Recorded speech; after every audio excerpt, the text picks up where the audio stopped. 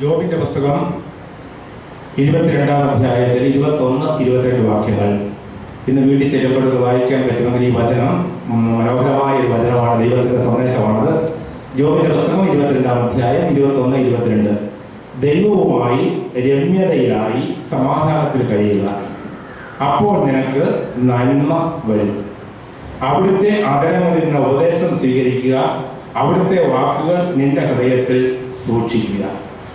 ദൈവവുമായി രമ്യതയിലായി സമാധാനത്തിൽ കഴിയുക. ഈ കഴിഞ്ഞ മണിക്കൂറിൽ നമ്മൾ പറഞ്ഞു വരുന്നത് പുറപ്പാടിന്റെ പുസ്തകം 15-ാം അധ്യായം 26-ാമത്തെ വചനം ഞാൻ സൂചിപ്പിച്ചു. I am the lord your healer, ഞാൻ നിന്നെ സുഖപ്പെടുത്തുന്ന കർത്താവാണ്. അപ്പോൾ നമുക്കൊരു സൗഖ്യം ലഭിക്കണമെന്നാണ് നമ്മൾ പറഞ്ഞു വരുന്നത്. അതായത് നമ്മുടെ കഴിഞ്ഞകാല ജീവിതത്തിലേക്ക് നമ്മൾ തിരിഞ്ഞു നോക്കുമ്പോൾ നമ്മുടെയൊക്കെ ജീവിതത്തിൽ ഒരുപാട് മുറിപ്പാടുകൾ, അസ്വസ്ഥതകൾ നമ്മൾ വഴിയായിട്ട്, നമ്മുടെ ബോധമില്ലാത്ത പ്രവൃത്തികൾ വഴി നമുക്ക് കിട്ടി, മറ്റുള്ളവർ നമുക്ക് തന്നു.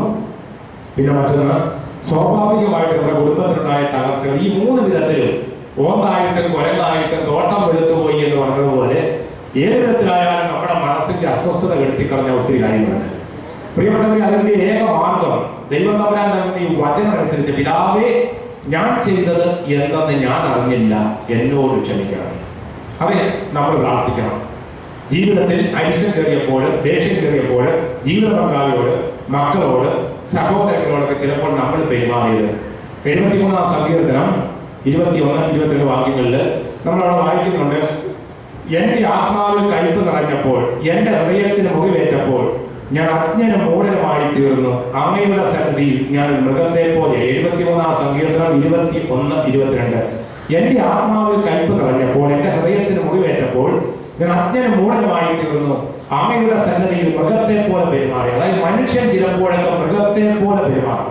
മൃഗം പ്രതികാരം ചെയ്യാൻ പോകുന്നതല്ല. മൃഗത്തിന് ബുദ്ധി ഇല്ലാത്തത് കൊണ്ട്, അതായത് മനസ്സും യുക്തിബോധവും ഇല്ലാത്തത് കൊണ്ട് മൃഗങ്ങളെ പോലെ പെരുമാറും. മൃഗം ഒരിക്കലും പ്രതികാരം ചെയ്യുന്നതല്ല.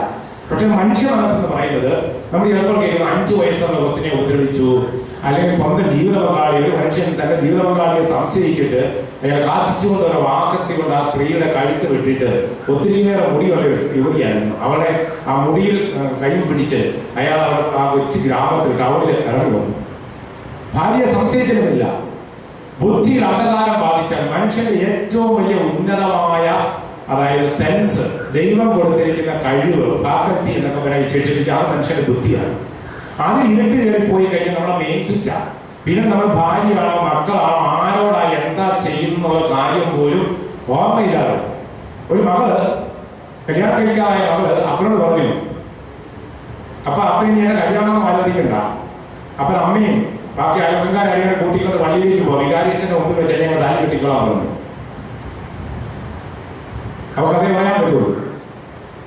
അത് പറഞ്ഞു, അമ്മയെ സംബന്ധിച്ച് അങ്ങനെ കുടുംബക്കാരെല്ലാവരും സംബന്ധിക്കുവാണെങ്കിൽ ഞാൻ പള്ളിയിൽ വരാം, എന്റെ കഴുത്തിൽ താലി കെട്ടിക്കൊള്ളാൻ പറഞ്ഞു.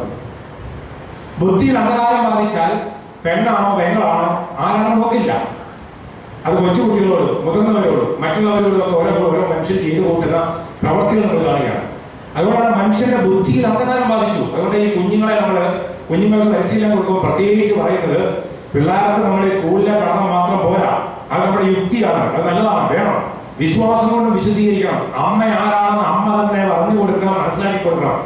കാരണം നമ്മുടെ ഇന്നത്തെ സ്കൂൾ വിദ്യാഭ്യാസ മേഖലയിൽ അങ്ങനെയുള്ള ഈ പ്രാപഞ്ചിക മൂല്യങ്ങൾക്ക് കാര്യമായിട്ടുള്ള പ്രാധാന്യം കൊടുക്കുന്നില്ല. ആശാവാദം നമ്മളെ പഠിപ്പിച്ചത് സത്യം സത്യം സംസാരിക്കാൻ പഠിപ്പിക്കണം. അതാണ് വിദ്യാഭ്യാസത്തിന്റെ ഒന്നാമത്തെ ലക്ഷ്യം. 2, ധർമ്മം ചര, ധർമ്മത്തിൽ ചരിക്കാൻ പഠിപ്പിക്കണം.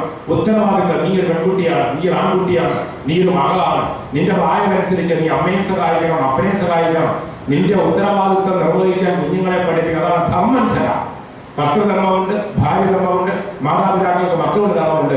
അതാണ് ഭാരതീയാചാര്യന്മാർ നമ്മളെ പഠിപ്പിച്ചത്. 1, സത്യം പറയുക, സത്യം സംസാരിക്കുക. 2, ധർമ്മം ചര, ധർമ്മത്തിൽ ചരിക്കുക. 3, മാതൃദേവോഭവ, അമ്മയെ പോലെ ദൈവത്തെ പോലെ കാണണം, മാതൃദേവോഭവ. 4, പിതൃദേവോഭവ, അപ്പനെ ദൈവത്തെ പോലെ കാണണം. 5-ാമതായിട്ട് ആചാര്യ ദേവോഭവ. ഈ 5 ശീലങ്ങളാണ്, 5 സ്തംഭങ്ങൾ എന്നാണ് പറയുന്നത്. വിദ്യാഭ്യാസത്തിന്റെ 5 സ്തംഭങ്ങൾ എന്ന് പറയുന്നത്, പ്രിയപ്പെട്ട മാതാപിതാക്കളെ, നിങ്ങളുടെ മക്കള് ഏതെല്ലാം റാങ്ക് മേടിച്ചാലും ഈ 5 കാര്യങ്ങളാണ് അടിസ്ഥാന വിദ്യാഭ്യാസം. ഇതില്ലാതെ നമ്മുടെ കുഞ്ഞുങ്ങളെ ഉടുക്കാതെ തലയെ കെട്ടുകാതെ പറയും. ബാക്കി എല്ലാം ഉണ്ട്, പക്ഷെ തലയെ കെട്ടിയിട്ടുണ്ട്, ഉടുത്തിട്ടില്ല. അതുകൊണ്ട് ഈ കുഞ്ഞുങ്ങളെ ആദ്യം പഠിപ്പിക്കേണ്ടത് സത്യം. എന്ന് തൊട്ട് നമ്മുടെ മക്കൾ അമ്മയോട് കള്ളം പറയാൻ തുടങ്ങിയോ അന്ന് തൊട്ട് അവരുടെ ജീവിതത്തിന്റെ കാല് കയറാൻ തുടങ്ങി. അതെ, സ്വന്തം അമ്മയോട് ജന്മം കൊടുത്ത അമ്മയോട് അപ്പന്റെ ചോരയൂറ്റി വളർന്ന് അമ്മയുടെ നെഞ്ചു കലർന്ന് വളർന്ന ഈ മക്കള് അമ്മയോടും അപ്പയോടും എന്ന് കള്ളത്തരം പറയാൻ തുടങ്ങിയോ, ചിരിച്ചുകൊണ്ട് അമ്മയും അപ്പനെയും ചതിക്കാൻ തുടങ്ങിയോ അന്ന് തൊട്ട് അവരുടെ ജീവിതത്തിന്റെ ഭാഗമാണ് ദൈവാനുഗ്രഹത്തിന് വഴിയില്ല. അതുകൊണ്ടാണ് സത്യമാണ് ധർമ്മത്തിൽ ജയിക്കാൻ പഠിപ്പിക്കണം. ധർമ്മമുണ്ട്, കുഞ്ഞുങ്ങൾക്ക് ധർമ്മമുണ്ട്. കൊച്ചു കുട്ടികളായാലും അവരെ പറ്റുന്ന പണി അവരെ കൊണ്ട് നമ്മുടെ കുടുംബത്തിൽ നമ്മൾ ചെയ്യിച്ച് പഠിക്കണം. അതാണ് അവരെ അവരുടെ കാലിൽ നിർത്താൻ നമ്മൾ പഠിപ്പിക്കുന്നത്. സെൽഫ് സഫിഷ്യന്റ് ആക്കണം. വിദ്യാഭ്യാസത്തിന്റെ വലിയൊരു മേഖലയാണ്. ഇപ്പൊ 15 വയസ്സായ കൊച്ചു വീട്ടിൽ ഇരിപ്പുണ്ട്, നിങ്ങൾ അവിടെ ചെല്ലുമ്പോൾ ഒരു ചായ ഉണ്ടാക്കി കുടിക്കാൻ ആ കൊച്ചിനെ നമ്മൾ പഠിപ്പിച്ചിട്ടില്ലെങ്കിൽ ആ കൊച്ചിനോട് ഈ ഏറ്റവും വലിയ ദുരന്തമാണ്. കാരണം ഈ 15 വയസ്സുകാർക്ക് എങ്ങനെ ജീവിക്കും? എപ്പോഴും അമ്മയെ കണ്ടോട് ജീവിക്കാൻ പറ്റുമോ?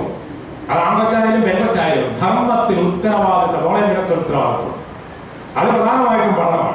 മാതാപിതാക്കളോട് പഠനം, മക്കളോട് പഠനം, ആചാര്യന്മാർ ആരായാലും ആചാര്യനെ എന്തുകൊണ്ടാണ് ദൈവത്തെ പോലെ കാണുമെന്ന് പറയുന്നതിന് കാരണം ഗുരു എന്ന് പറഞ്ഞാൽ ദൈവസ്ഥാനമാണ്. ഗുരു എന്ന് പറഞ്ഞാൽ വാക്കിന്റെ അർത്ഥം ഇരുള് നീക്കുന്നത്. ഗുരു എന്ന് പറഞ്ഞാൽ മറ്റൊരു അർത്ഥം കൂടിയുള്ള കാര്യഗൗരവ ബോധമുള്ളവരാണ് ഗുരുക്കന്മാർ, കാര്യഗൗരവ ബോധമുള്ളവർ. പിന്നെ ജീവിതത്തിൽ ദിശാബോധമുള്ളവരാണ് ഗുരുക്കന്മാര്. അപ്പൊ അറിവ് ഗുരു ദൈവം എന്നൊക്കെ പറയുന്നതിന് സമാനതയുണ്ട്. അതുകൊണ്ടാണ് ഗുരുവിനെ നിഷേധിക്കുന്നവർക്ക് ദൈവാനുഗ്രഹം ഉണ്ടാകും. ഗുരു എന്ന് പറഞ്ഞാൽ ദൈവസ്ഥാനത്ത് നിൽക്കുന്ന നമ്മളെല്ലാം ഗുരുക്കന്മാർ വൃത്തികൾ കാണിക്കുന്നതൊക്കെ അപവാദമായിട്ട് പറയാനേ ഉള്ളൂ. അല്ലാതെ സാധാരണ രീതിയിൽ ഗുരുക്കൾ സാറാകട്ടെ ടീച്ചറാകട്ടെ മറ്റു കുഞ്ഞുങ്ങളെ മുമ്പിൽ വെളിച്ചം പകർന്നു കൊടുക്കുന്നവരാണ്. അപ്പോൾ ഈ ധർമ്മത്തിൽ തെറ്റാണ് നമ്മൾ കുഞ്ഞുങ്ങളെ പഠിപ്പിക്കേണ്ടത്. നമ്മൾ പറയുന്നത് പ്രിയപ്പെട്ട സഹോദരങ്ങളെ, എനിക്കും നിങ്ങൾക്കും ഒക്കെ നമ്മുടെ ജീവിതത്തിൽ നമ്മൾ ക്ഷമിക്കാനായിട്ട് പഠിച്ചാലേ നമുക്ക് സൗഖ്യം കിട്ടുള്ളൂ എന്ന് പറഞ്ഞു. അപ്പോൾ 1-2 മേഖലകളെ ഞാൻ എടുത്തു പറയാനായിട്ട് ആഗ്രഹിക്കുകയാണ്, നമുക്ക് കുറച്ചുകൂടി സൗഖ്യം കിട്ടാൻ വേണ്ടിയിട്ട്. ഒന്ന്, നമ്മുടെ ജീവിതത്തിൽ നമ്മളെ കുറ്റം പറയുന്ന ചില വ്യക്തികളുണ്ട്. അത് ബന്ധുക്കളാകാം, അമ്മായിമ്മയാകാം, അമ്മായപ്പനാകാം, അപ്പനാകാം, ജീവിതക്കാരാകാം, ഏതിനും കുറ്റം പറയുക. അപ്പൊ ഇത് കേൾക്കുമ്പോൾ തന്നെ അറിയാം നമ്മൾ ആരെയാ കുറ്റം പറയും. നമുക്ക് ഇഷ്ടമുള്ളവരെ കുറ്റം പറയാറില്ല. നമ്മളെ സ്നേഹിക്കുന്ന നമ്മുടെ അമ്മയോ അപ്പനോ അല്ലെങ്കിൽ മാതാപിതാക്കളോ ഭാര്യയോ അങ്ങനെയുള്ളവരുണ്ടെങ്കിൽ സ്നേഹിക്കുന്നവരെ നമ്മൾ കുറ്റം പറയാറില്ല. അപ്പോൾ നമ്മൾ ആരെയാ കുറ്റം പറയുന്നത്? അതായത് മനസ്സുകൊണ്ട് നമ്മൾ തമ്മിൽ അകന്നിട്ടുള്ളവരെയാണ് നമ്മൾ കുറ്റം പറയുന്നത്. അപ്പൊ അതിന്റെ അർത്ഥം എന്താണ്? നമ്മൾ അവരെ മനസ്സിലാക്കുക. എന്റെ അമ്മായിയമ്മ 70 വയസ്സായ അമ്മായിയമ്മ 25 വർഷമായിട്ട് ഭർത്താവ് മരിച്ചുപോയതാണ്. അപ്പോൾ ആ സ്ത്രീക്ക് ജീവിതത്തിൽ ദാമ്പത്യ ജീവിതത്തിന്റെ ഒരു നല്ലൊരു കാലഘട്ടത്തിലേക്ക് വന്നപ്പോൾ ഭർത്താവ് നഷ്ടപ്പെട്ട ഒരു സ്ത്രീയാണ്. അതുകൊണ്ട് ഞാനും എന്റെ ഭർത്താവും കൂടെ കൂടി സന്തോഷത്തോടുകൂടി വർത്താനം പറഞ്ഞ് ചിരിച്ചും കളിച്ച് തമാശ പറയുന്നത് കാണുമ്പോൾ ആ ഈ അമ്മയുടെ ഉള്ളിൽ ചെറിയൊരു നൊമ്പരമുണ്ട്. അതുകൊണ്ട് എന്ത് ചെയ്യണം? 2 കാര്യം ശ്രദ്ധിക്കണം. മക്കളെ തിന്നാലും മറവറ്റി തിന്നണം. ഈ അമ്മയുടെ മുമ്പിൽ വലിയ വിളിച്ചു കാണിക്കാനും വലിയ സ്നേഹപ്രകടനത്തിനും പോകരുത്. അതോടൊപ്പം തന്നെ അവർ പറയുന്ന ചില വാക്കുകൾക്ക് ഒരു പരിമിതി നമ്മൾ കൽപ്പിക്കണം. കാരണം അവര് ആ സാഹചര്യത്തിൽ വന്നു. അതുകൊണ്ട് ആ അമ്മയോട് ഇനി 75 വയസ്സോ അമ്മയെ നമുക്ക് മാറ്റാൻ പറ്റില്ല. പക്ഷേ 25 വയസ്സായ 30 വയസ്സായി എനിക്ക് സ്വയം മാറാൻ പറ്റും. ഇതാണ് ഒരു മനസ്സിലാക്കൽ. അപ്പൊ അതുകൊണ്ട് നമ്മൾ കുറ്റം പറയാൻ, ഞാൻ പറഞ്ഞല്ലോ, കുറ്റം പറയാൻ ആളുണ്ട്, കുരിശി കയറ്റാൻ ആളുണ്ട്, പക്ഷെ കൂടെ നിൽക്കാൻ ആളില്ല. ക്ഷമിക്കുക എന്നത് ഈ കുറ്റം പറയുന്നവരെ മനസ്സിലാക്കുക. നിങ്ങളുടെ വീട് വന്നിട്ട് നല്ല വീടിന്റെ വെച്ചിരിക്കും എല്ലാം കഴിഞ്ഞിട്ട് അതും കഴിഞ്ഞാലോ അവിടെ ഉണ്ടാക്കിയ ഭക്ഷണം ആ ഭക്ഷണത്തിലൊക്കെ ഉപ്പ് കൂടിയെന്ന് പറഞ്ഞിട്ട് പോകുന്ന ആൾക്കാരുണ്ട്. അത് ചില മനുഷ്യർക്ക് നന്മ പറയാൻ പറ്റില്ല, അത്ര എളുപ്പമല്ല. അടുത്ത ജന്മത്തിൽ സാധിച്ചാൽ സാധ്യം പറ്റില്ല. സ്വന്തം ചേട്ടത്തി അനിയത്തിയാൽ ഒരു നല്ല സാരി ചേട്ടത്തി മേടിച്ചു കൊടുത്തെന്ന് കണ്ടു കഴിഞ്ഞാൽ അതൊന്നും നല്ലതാണെന്ന് പറയാൻ ഈ അനിയത്തിയെ കൊണ്ട് ഈ ജന്മത്തിൽ പറ്റുമെന്ന് തോന്നില്ല, പറ്റില്ല. കാരണം മനസ്സ് വളരണം. ഇതെന്റെ ചേച്ചിയാ, ഇതെന്റെ അമ്മയാ, എന്റെ സഹോദരിയാ, അവിടെ ഒരു നല്ല വസ്ത്രം കൊടുത്ത വേണ്ടി കൊള്ളാതെ പിടിക്കാതിരിക്കുന്നവരോ എന്ന് പറയണമെന്നുണ്ടെങ്കിൽ മനസ്സ് വല്ലാതാണ്. ചില മനുഷ്യരുടെ പ്രത്യേകത അറിയാവോ? അവരൊരു നന്മ കാണുമ്പോൾ അവർക്കതില്ലല്ലോ എന്ന് നോക്കുക. മറ്റൊരാളുടെ കഴിവ് കാണുമ്പോൾ എന്റെ കഴിവുകളിനെ പറ്റിയുള്ള ഓർമ്മയാണ്. അതുകൊണ്ട് എല്ലാ മനുഷ്യരെ വീട്ടിലേക്ക് ചുറ്റുപാട് നോട്ടമുണ്ട്. അവരെ അടുക്കള കണ്ടു, വീട് കണ്ടു, പറമ്പ് കണ്ടു, പിള്ളേരൊക്കെ നല്ല പഠിക്കുന്നത്. ഇന്നാ മുഖത്തിന്റെ ലാവണ്യം ഒന്നാകെ മങ്ങി ദുഃഖത്തിൽ മുങ്ങി.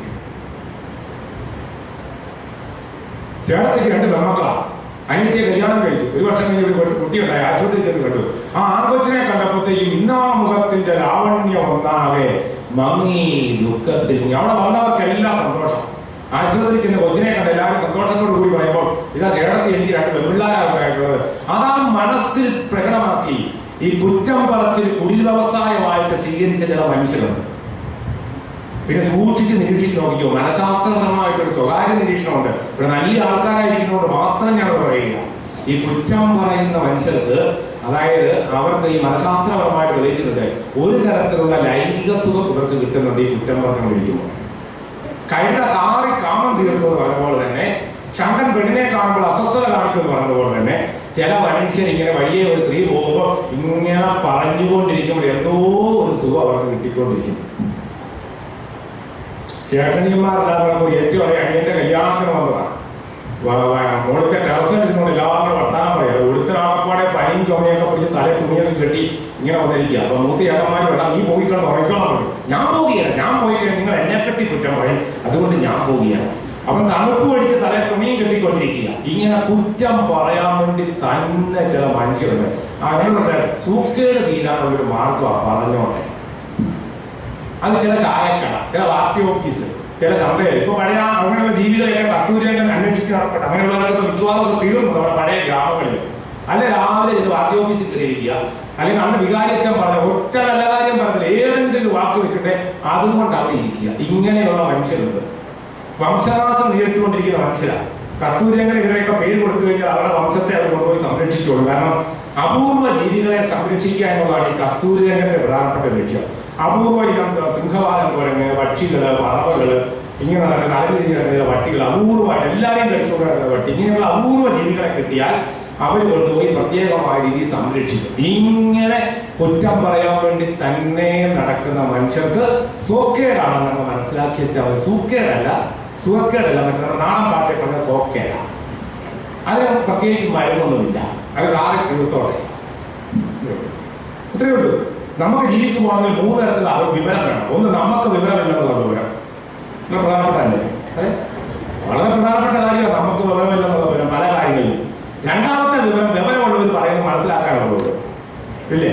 അതുകൊണ്ട് പ്രായമല്ല നോക്കേണ്ടത്. കൊച്ചു ചെറുപ്പക്കാരനായ ഡോക്ടറായ ഡോക്ടർ പഠിച്ചിട്ട് കാര്യങ്ങളാണ് പറയുന്നത്. സഹായം ശ്രദ്ധിക്കണം, അല്ലെങ്കിൽ ചേർത്തി ശ്രദ്ധിക്കണം, മരുന്ന് കഴിക്കണം, അല്ലെങ്കിൽ കൂടുതലാണ് കൊളസ്ട്രോൾ കൂടുതൽ, ഇതുപോലെ അടിക്കരുത്, ബീഫിന്റെ അളവ് കുറയ്ക്കണമെന്നൊക്കെ പറഞ്ഞാൽ നീ ആരാ ചോദിക്കാൻ? എനിക്ക് അതേപോലെ പ്രായമോ ചോദിച്ച് ഡോക്ടറോട് തട്ടിട്ട് കയറിയിട്ട് കാര്യമില്ല. ആ ഡോക്ടർ പറഞ്ഞത് ശാസ്ത്രീയമായി പരിശോധിച്ചത്. അവിടെ വിവരമുള്ളവർ പറയുന്നത് കേൾക്കണം. മൂന്നാമത്തെ വിവരം വളരെ പ്രധാനപ്പെട്ടതാണ്. വിവരക്കേട് വിളിച്ചു പറയുന്നവരുടെ വിവരക്കേട് മനസ്സിലാക്കാനുള്ളവർ വാ വിളിച്ച വിവരക്കേടെ പറയുന്നത്. ആ വിളിച്ച പറഞ്ഞു കഴിഞ്ഞാൽ ഒരിക്കലും തെറ്റാണെന്നൊക്കെ സമ്മതിക്കുന്നില്ല. ഇന്ത്യയും പാകിസ്ഥാനും നമ്മളെ ക്രിക്കറ്റ് കളിയിൽ തോറ്റുപോയത് അംബേദ്കറുടെ കാരണം കൊണ്ടാണ്. അംബേദ്കർ പണി വെച്ചത് കൊണ്ടാണ് തോറ്റുപോയത്. അംബേദ്കർ ഇന്ത്യന്മാരുടെ ഘടന ഉണ്ടാക്കിയാണ്. സമ്മതിക്കത്തില്ല. അംബേദ്കർ ശരിയായ രീതിയിൽ റഫർ ചെയ്യാത്തത് കൊണ്ടാണ് ഇന്ത്യ തോറ്റുപോയത്. അംബേദ്കർ സമ്മതിക്കും. പോലീസ് കള്ളൻ പെട്രോളിൽ ഇറങ്ങിയപ്പോഴാണ് പ്രശ്നം ഉണ്ടാക്കിയത്. പരോളിൽ ഇറങ്ങിയതാണ്. ജീവൻ പോയാൽ സമ്മതിക്കത്തില്ല, പരോളിൽ ഇറങ്ങി. എന്ത് ചെയ്താൽ അതേ സമ്മതിക്കും. അപ്പൊ അങ്ങനെയുള്ള വ്യക്തികളെ നമ്മൾ മനസ്സിലാക്കുക. ഈ ഓരോ കമ്പ്യൂട്ടറിനും ഓരോ സ്റ്റാൻഡേർഡ് നമ്മൾ ചിലതിനകത്തോട്ട് കയറില്ല. ചില മനുഷ്യർക്ക് മിനിമം കുസ്കൂസ് ഇല്ലാത്തവർക്ക് ആരാധനയും പ്രാർത്ഥനയും എന്നൊക്കെ പറഞ്ഞാൽ മനസ്സിലാവില്ല.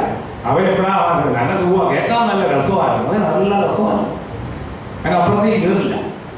അതൊരു നമ്മൾ എല്ലാവരെയും മനസ്സിലാക്കേണ്ട കാര്യം. അത് തന്നെ മനസ്സിലാക്കി കഴിഞ്ഞ് കഴിഞ്ഞാൽ ഇനി ഇവരോട് അധികം സംസാരിച്ചിട്ട് കാര്യമില്ല എന്നുള്ളത്. അതാണ് ക്ഷമിക്കുക എന്നുള്ളത് മനസ്സിലാക്കുക. ഇപ്പൊ കള്ളു കുടിച്ച് ലെക്ക് കെട്ടിയോട്ട് നമ്മളോട് വഴക്കുണ്ടാക്കാൻ വന്നാൽ നമ്മൾ തിരിച്ച് അവരോട് വഴക്കുണ്ടാക്കാൻ പോയ ബോധമുള്ള മനുഷ്യർ പറയും നിങ്ങൾ എന്തൊരു കാര്യമാണ് കാണിക്കുന്നത്. അയാളോ ബോധമില്ലാതായിരിക്കും. അതാണ് ഉണ്ണുന്നവർ അറിഞ്ഞില്ലെങ്കിൽ വിളമ്പുന്നവരാണ്. ഈ ക്ഷമിക്കുക എന്നുള്ളത് അതുകൊണ്ടാണ് മറ്റു മനുഷ്യരോട് നമ്മുടെ സമൂഹത്തിൽ ഇടപെടുമ്പോൾ ചില വ്യക്തികളോട് ഇപ്പൊ വഴിയെ പോകുമ്പോൾ ഇതുകൊണ്ട് ഇങ്ങനെ വഴിയിലിങ്ങനെ വായി നോക്കിക്കൊണ്ടിരുന്ന ഏട്ടന്മാർ ചില കമന്റ് പറയും. അതിന് നമ്മൾ മറുപടി പറയാൻ നോക്കിക്കഴിഞ്ഞാൽ ആ സ്ത്രീ അയാൾ ബാക്കിയില്ലാത്ത രീതി എല്ലാം വിളിക്കും. വല്ല കാര്യവും ഉണ്ടോ? വേലിയിരിക്കുന്ന പാമ്പിനെ നമ്മുടെ അടുത്ത് കഴുത്തെ ചുറ്റേണ്ട കാര്യമില്ല. അത് ചില മനുഷ്യർ അങ്ങനെയാണ്. അതുകൊണ്ടാണ് ഈ ക്ഷമിക്കുക എന്നെ മറക്കുകയല്ല, മനസ്സിലാക്കുക. അപ്പൊ കുറ്റം പറയുന്നവരെ മനസ്സിലാക്കുക. ഒപ്പം നമ്മൾ ആരെയും കുറ്റം പറയുന്നവരെ ഓർക്കുക, ഈ ഭൂമിയിൽ കുറ്റപ്പെടുത്തൽ ആർക്ക് നോബഡി ലൈക്സ് കമാൻഡ്മെന്റ്സ്. അമ്മച്ചിമാരെ, അമ്മായിമാരെ, ചേട്ടന്മാരെ, അച്ചായന്മാരെ, നിങ്ങൾ അത് ചെയ്യാൻ പറഞ്ഞ് ചെയ്യുന്നാൽ വേണമെങ്കിൽ അത് ചെയ്യും. പക്ഷെ അതൊന്ന് ചെയ്യാൻ നല്ലതായെന്ന് പറഞ്ഞു കഴിഞ്ഞാലോ വ്യത്യാസം. സ്നേഹത്തെ മനുഷ്യ മനസ്സിനെ ആകർഷിക്കുന്നത് സ്നേഹവും പ്രാർത്ഥനയും മാത്രമാണ്. ബഹളങ്ങളില്ല. അത് നമ്മൾ പിന്നെങ്കിലും തിരിച്ചറിയേണ്ട ഒരു കാര്യം. ബഹളം വെച്ചും വെപ്രാളം വെച്ചും സ്കൂളിൽ കുട്ടികളെ ആകട്ടെ, കുടുംബത്തിൽ ഭാര്യയും ഭർത്താവുമാകട്ടെ, ശാസനകളൊക്കെ നല്ലതാണ്. പക്ഷെ സ്നേഹത്തിലും പ്രാർത്ഥനയിലും അല്ലാതെ ആരെയും സ്വാധീനിക്കാൻ പറ്റില്ല. നിങ്ങളുടെ കൊച്ചിനെ 2 അടി കൊടുത്തു കഴിഞ്ഞ ശേഷം ആ കൊച്ചിനെ അങ്ങനെ കൊച്ചിന് പക്ഷേ കാര്യത്തിൽ വളർത്തുന്ന പക്ഷേ ഇല്ല കൊച്ചിനെ വിളിച്ചിട്ട് പറഞ്ഞു ഞാൻ ഇനി എന്തിനാ തല്ലുന്നത്. തിരിച്ചറിയാൻ പാടില്ലാത്ത കുഞ്ഞുങ്ങളെ തല്ലിയത് തുടങ്ങി. കൊച്ചിന് അറിയത്തില്ല കൊച്ചിനെ എന്തിനാ തല്ലിയെന്ന്. അപ്പൊ ഈ കൊച്ചിനോട് നമ്മൾ പറയും നീ ഇന്നെ ഞാൻ എന്തുകൊണ്ടാണ് തല്ലിയത്, നിന്നോട് ഇഷ്ടമില്ലാഞ്ഞിട്ടല്ല, നീ അത് പഠിച്ചില്ലെങ്കിൽ നിനക്ക് പ്രശ്നമാകും. അങ്ങനെ എൻ്റെ അപ്പം തല്ലുന്നത് എന്റെ നന്മയ്ക്കാണെന്നുള്ള ഒരു തിരിച്ചറിവ്. അതാണ് ഈ പ്രാർത്ഥനയും സ്നേഹവും മാത്രമേ ജീവിതത്തെ മാറ്റുകയുള്ളൂ. അല്ലാതെ വേറെ ഒന്നുമല്ല, ബലപ്രയോഗങ്ങളൊന്നുമല്ല. സ്നേഹത്തിൽ ബലപ്രയോഗമില്ല, സ്വന്തമാക്കിയെടുത്തിട്ടില്ല. അല്ലാതെ അതുകൊണ്ട് എന്റെ ഇഷ്ടാനിഷ്ടങ്ങൾ നിറവേറ്റാനുള്ളതല്ല. നമ്മൾ തിരിച്ചറിയേണ്ട ഒരു കാര്യമാണ്. അതുകൊണ്ട് ക്ഷമിക്കുക എന്ന് പറഞ്ഞാൽ മറക്കുകയല്ല, മനസ്സിലാക്കുകയാണ്. അവന് മനസ്സിലാക്കുന്ന ആവശ്യമാണ്. ഉദാഹരണം പറഞ്ഞു കഴിഞ്ഞാൽ നമ്മൾ പലപ്പോഴും നമ്മുടെ പല കുടുംബങ്ങളിലും സംഭവിക്കുന്ന കാര്യമാണ്. ഇപ്പൊ ഈ ചിലപ്പോൾ ജോലി ചെയ്യുന്ന ഈ സ്ത്രീകൾ കാര്യമായാലും അവരിപ്പോ ജോലി ചെയ്തിട്ട് ഇപ്പാണെങ്കിൽ എല്ലാ ATM കാർഡ് വഴിയായിട്ട് പൈസ കിട്ടുന്നത് കൃത്യം പൈസ കിട്ടി. ഏട്ടന്മാർക്ക് കിട്ടി യാതൊരു പണിയില്ലാതെ ഈ ATM കാർഡിന്റെ കാവലായിട്ടിരിക്കുക. ഓരോ ദിവസവും ശമ്പളം വന്നോ കാര്യമാണ്. അപ്പൊ അതിനിടയിൽ ഈ പറഞ്ഞതുപോലെ തന്നെ സ്കൂളിൽ ആവശ്യം വന്നു, പിള്ളേരുടെ കാര്യം വന്നു, അല്ലെങ്കിൽ സ്കൂളിൽ ആരെങ്കിലും ഒരു സാധനം കൊടുക്കുന്നു, അതൊന്നും വിഘടിക്കണം. ഈ 30,000 രൂപ സാധനം മേടിക്കുന്ന ഈ സ്ത്രീ പോയി വീണ്ടും ഭർത്താവിന്റെ മുമ്പ് എനിക്ക് 10 രൂപ തരാമോ എന്ന് പറയുന്ന ഗതികേടുകളുണ്ട്. അത് ഒരിക്കലും അവർക്ക് മനസ്സിലാക്കേണ്ട ഒരു കാര്യമുണ്ട്. നീ എന്തിനാ പൈസ ചെലവഴിച്ചത്, നീ എന്തിനാ 10 രൂപ കൊടുത്തത്? അതങ്ങനെ ഒരിക്കലും അന്തസ്സുള്ള ഒരു ഭർത്താവ് ഒരു ഭാര്യയാണോ? അവർക്ക് ചിലപ്പോൾ അവർ ആങ്ങളെ വീട്ടിൽ വന്നു, ആങ്ങളെ കൊച്ചു വന്നു 100 രൂപ എടുത്താൽ കൊച്ചിന് കൊടുക്കേണ്ടി വന്നു. അല്ലെ അത്യാവശ്യ സമയത്ത് അവരെ മീൻകാലം വന്നു 1 കിലോ മീൻ മേടിക്കേണ്ടി വന്നു. അതുകൊണ്ടാണ് ബോധമുള്ള കാരണന്മാർ ഇപ്പോൾ ഭർത്താക്കന്മാര് ഭാര്യമാരാണെങ്കിൽ അവർക്കറിയാം, പക്ഷെ അവൾ മറ്റൊരു കാര്യത്തിന് വേണ്ടിയിട്ടല്ല ഈ സ്ത്രീ ഒരിക്കലും പൈസ ചോദിക്കുന്നത്, അത് കുടുംബത്തിന്റെ കാര്യത്തിന് വേണ്ടിയിട്ടാണ്. ഇതൊന്നും മനസ്സിലാക്കിയില്ലയോ 10 പൈസ കൊടുക്കില്ല. നാളെ അവളോട് ദുവാല മേടിക്കണമെന്നുണ്ടെങ്കിൽ വീണ്ടും പോയി ഈ പറഞ്ഞ പോലെ കെട്ടിയോന്റെ മുമ്പിൽ നിന്ന് കൈയും കെട്ടി നിൽക്കണം. അപ്പൊ ഞാനാണ് സർവ്വസൈന്യാധിപനായ IMF. നീ ആരാണ്? ആവശ്യമുള്ളപ്പം എന്റെ മുമ്പിൽ ബില്ല് എഴുതി തരിക, പൗച്ച് എഴുതി തരിക, ഞാൻ തന്നെ തരാം. സ്നേഹിക്കില്ല, കൂടെ കിടക്കും, പിള്ളേരും ഉണ്ടാകും, കൂടെ ഭക്ഷണം ഉണ്ടാകും, ഇതൊക്കെ ചെയ്യും. മനസ്സുകൊണ്ട് എത്രയോ മുമ്പേ വിവാഹമോചനം നേടിക്കഴിഞ്ഞു. അതുകൊണ്ട് ചിലപ്പോൾ ഈ ധ്യാനമൊക്കെ വിവാഹമോചനം വേണ്ടെന്ന് വെച്ചിട്ട് ഒന്നുകൂടെ റീമാരേജ് നടത്താനുള്ള സമയം കൂടിയ ചില കാര്യങ്ങൾ തിരിച്ചറിഞ്ഞാൽ ഐഡിയ ക്യാൻ ചേഞ്ച് ഉണ്ടായി. അതുകൊണ്ട് ജീവിതത്തിൽ ഒരിക്കലും അതുകൊണ്ട് അങ്ങനെ ഒരു സ്വാതന്ത്ര്യം ഈ ഇരിക്കുന്ന ചേട്ടൻ എത്ര രൂപ ഓരോരോ കാര്യങ്ങൾക്ക് വേണ്ടി ചെലവഴിക്കുന്നുണ്ട്. ഇവള് നീ എന്തിനു വേണ്ടിയിട്ടാണ് ചെലവഴിച്ചത്? ആ കൊച്ചിന്റെ ഒരു കാര്യത്തിന് വേണ്ടി, അല്ലെങ്കിൽ അത്യാവശ്യത്തിന് സാധനം മേടിക്കാൻ വേണ്ടി, അല്ലെങ്കിൽ ഈ നിസ്സാരമായ കാര്യങ്ങൾക്ക് വേണ്ടി 10 രൂപ ഒരു ആവശ്യത്തിന് വേണ്ടി നിനക്ക് എന്തിനാ ഇത്രയും ചോദിക്കുന്നത്? എന്തെല്ലാം കാര്യങ്ങളുണ്ട് പേഴ്സണൽ. അപ്പൊ പൊട്ടി പറയാം ഞാൻ കണ്ണെഴുതുന്നില്ലല്ലോ, ഞാൻ പൊട്ടു തുറന്നില്ല, ഞാൻ കണ്ണെഴുതുന്നില്ല, പൊട്ടുന്നില്ല, ഞാനാണ്. അവർക്ക് കണ്ണെഴുതേണ്ടി വരും, പൊട്ടു തുറേണ്ടി വരും, അങ്ങനെയുള്ള കാര്യങ്ങൾ വരും. അപ്പൊ അതിനുവേണ്ടി 10 രൂപ കൊടുക്കുക എന്ന് പറയുന്നത് നമ്മുടെ മുമ്പിൽ വന്ന് ഓച്ചാനിച്ച് നിൽക്കേണ്ട ഒരു ഗതികേട് പ്രിയപ്പെട്ട അച്ചായന്മാരെ ഉണ്ടാകും. മനസ്സുകൊണ്ടാകുന്നു. ജീവിതത്തിൽ നമുക്ക് വേണ്ടത് വീട്ടിൽ പെണ്ണല്ല, ഇതെന്റെ ജീവിത പങ്കാളിയാണ്. അതുകൊണ്ട് ക്ഷമിക്കുക എന്ന് പറഞ്ഞാൽ ഈ കാര്യത്തിൽ ഈ കുറ്റം പറച്ചിൽ അവസാനിപ്പിക്കുന്നിടത്തെ വളർച്ച ആരംഭിക്കുന്നു. Growth begins where blame ends. കുറ്റപ്പെടുത്തലുകൾ ഒരിടത്തും ആരും വളരില്ല, പ്രോത്സാഹനയെ വളരുകയുള്ളൂ. അത് ഒന്നാമത്തെ ക്ഷമിക്കേണ്ട ഒരു മേഖലയാണ് കുറ്റപ്പെടുത്തൽ. രണ്ടാമതായിട്ട് നമ്മൾ ക്ഷമിക്കേണ്ട ഒരു മേഖല, നമ്മുടെ ജീവിതത്തിൽ നമ്മളൊക്കെ ഒത്തിരി നന്മകൾ ചെയ്തു കൊടുത്തിട്ടുള്ള മനുഷ്യരാണ്.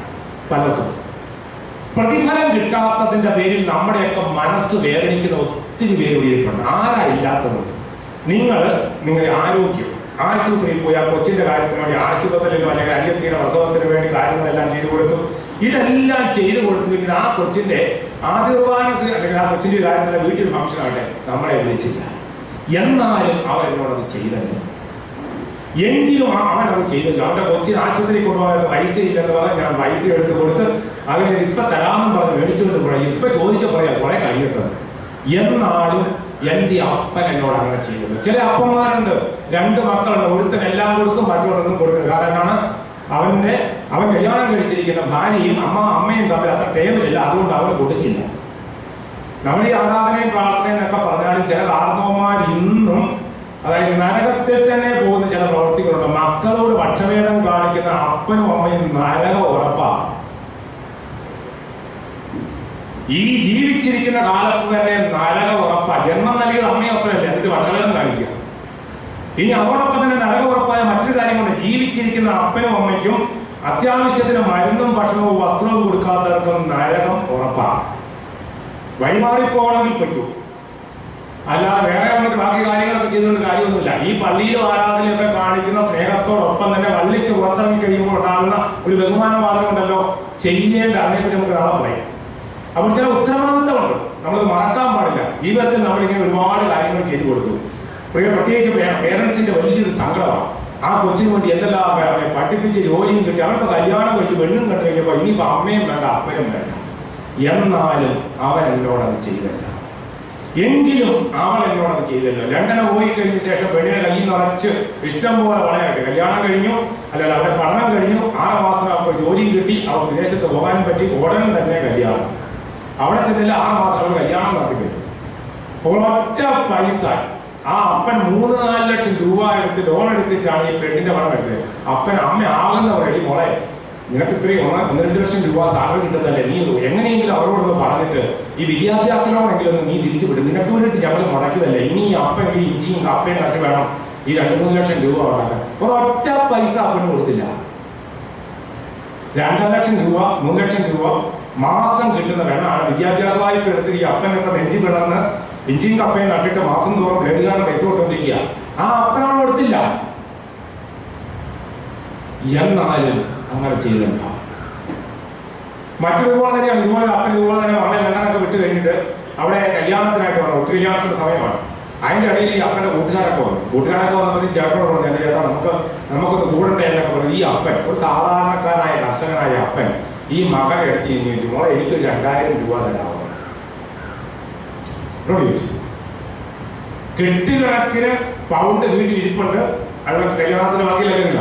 ഇവൾ ഈ അപ്പന്റെ മുഖത്ത് നോക്കി പറയുകയാണ്, അപ്പൻ അങ്ങനെ വെമ്പാറടിക്കാനായിട്ട് ഒറ്റ പൈസ എനിക്ക് തരികയാണ്. ഈ അപ്പൻ ചോദിച്ചത് 2000 രൂപയാണ്. അതായത് 2000 രൂപ എന്ന് പറഞ്ഞു കഴിഞ്ഞാൽ ഒരു 100 രൂപ അയാളുകൊണ്ട് വെറും 20 രൂപ. അവൾ അവിടെ ഒരു നല്ല ഹോട്ടലിൽ കയറി ഭക്ഷണം കഴിക്കണമെങ്കിൽ 25 പൗണ്ടെങ്കിലും കൊടുക്കണം. സ്വന്തം തന്ത ചോദിച്ചത് ഒരു 2000 രൂപയാണ്. അത് അപ്പന്റെ മുഖത്ത് നോക്കി പറഞ്ഞു. കല്യാണം ഒരിക്കൽ വെച്ച അപ്പനാ.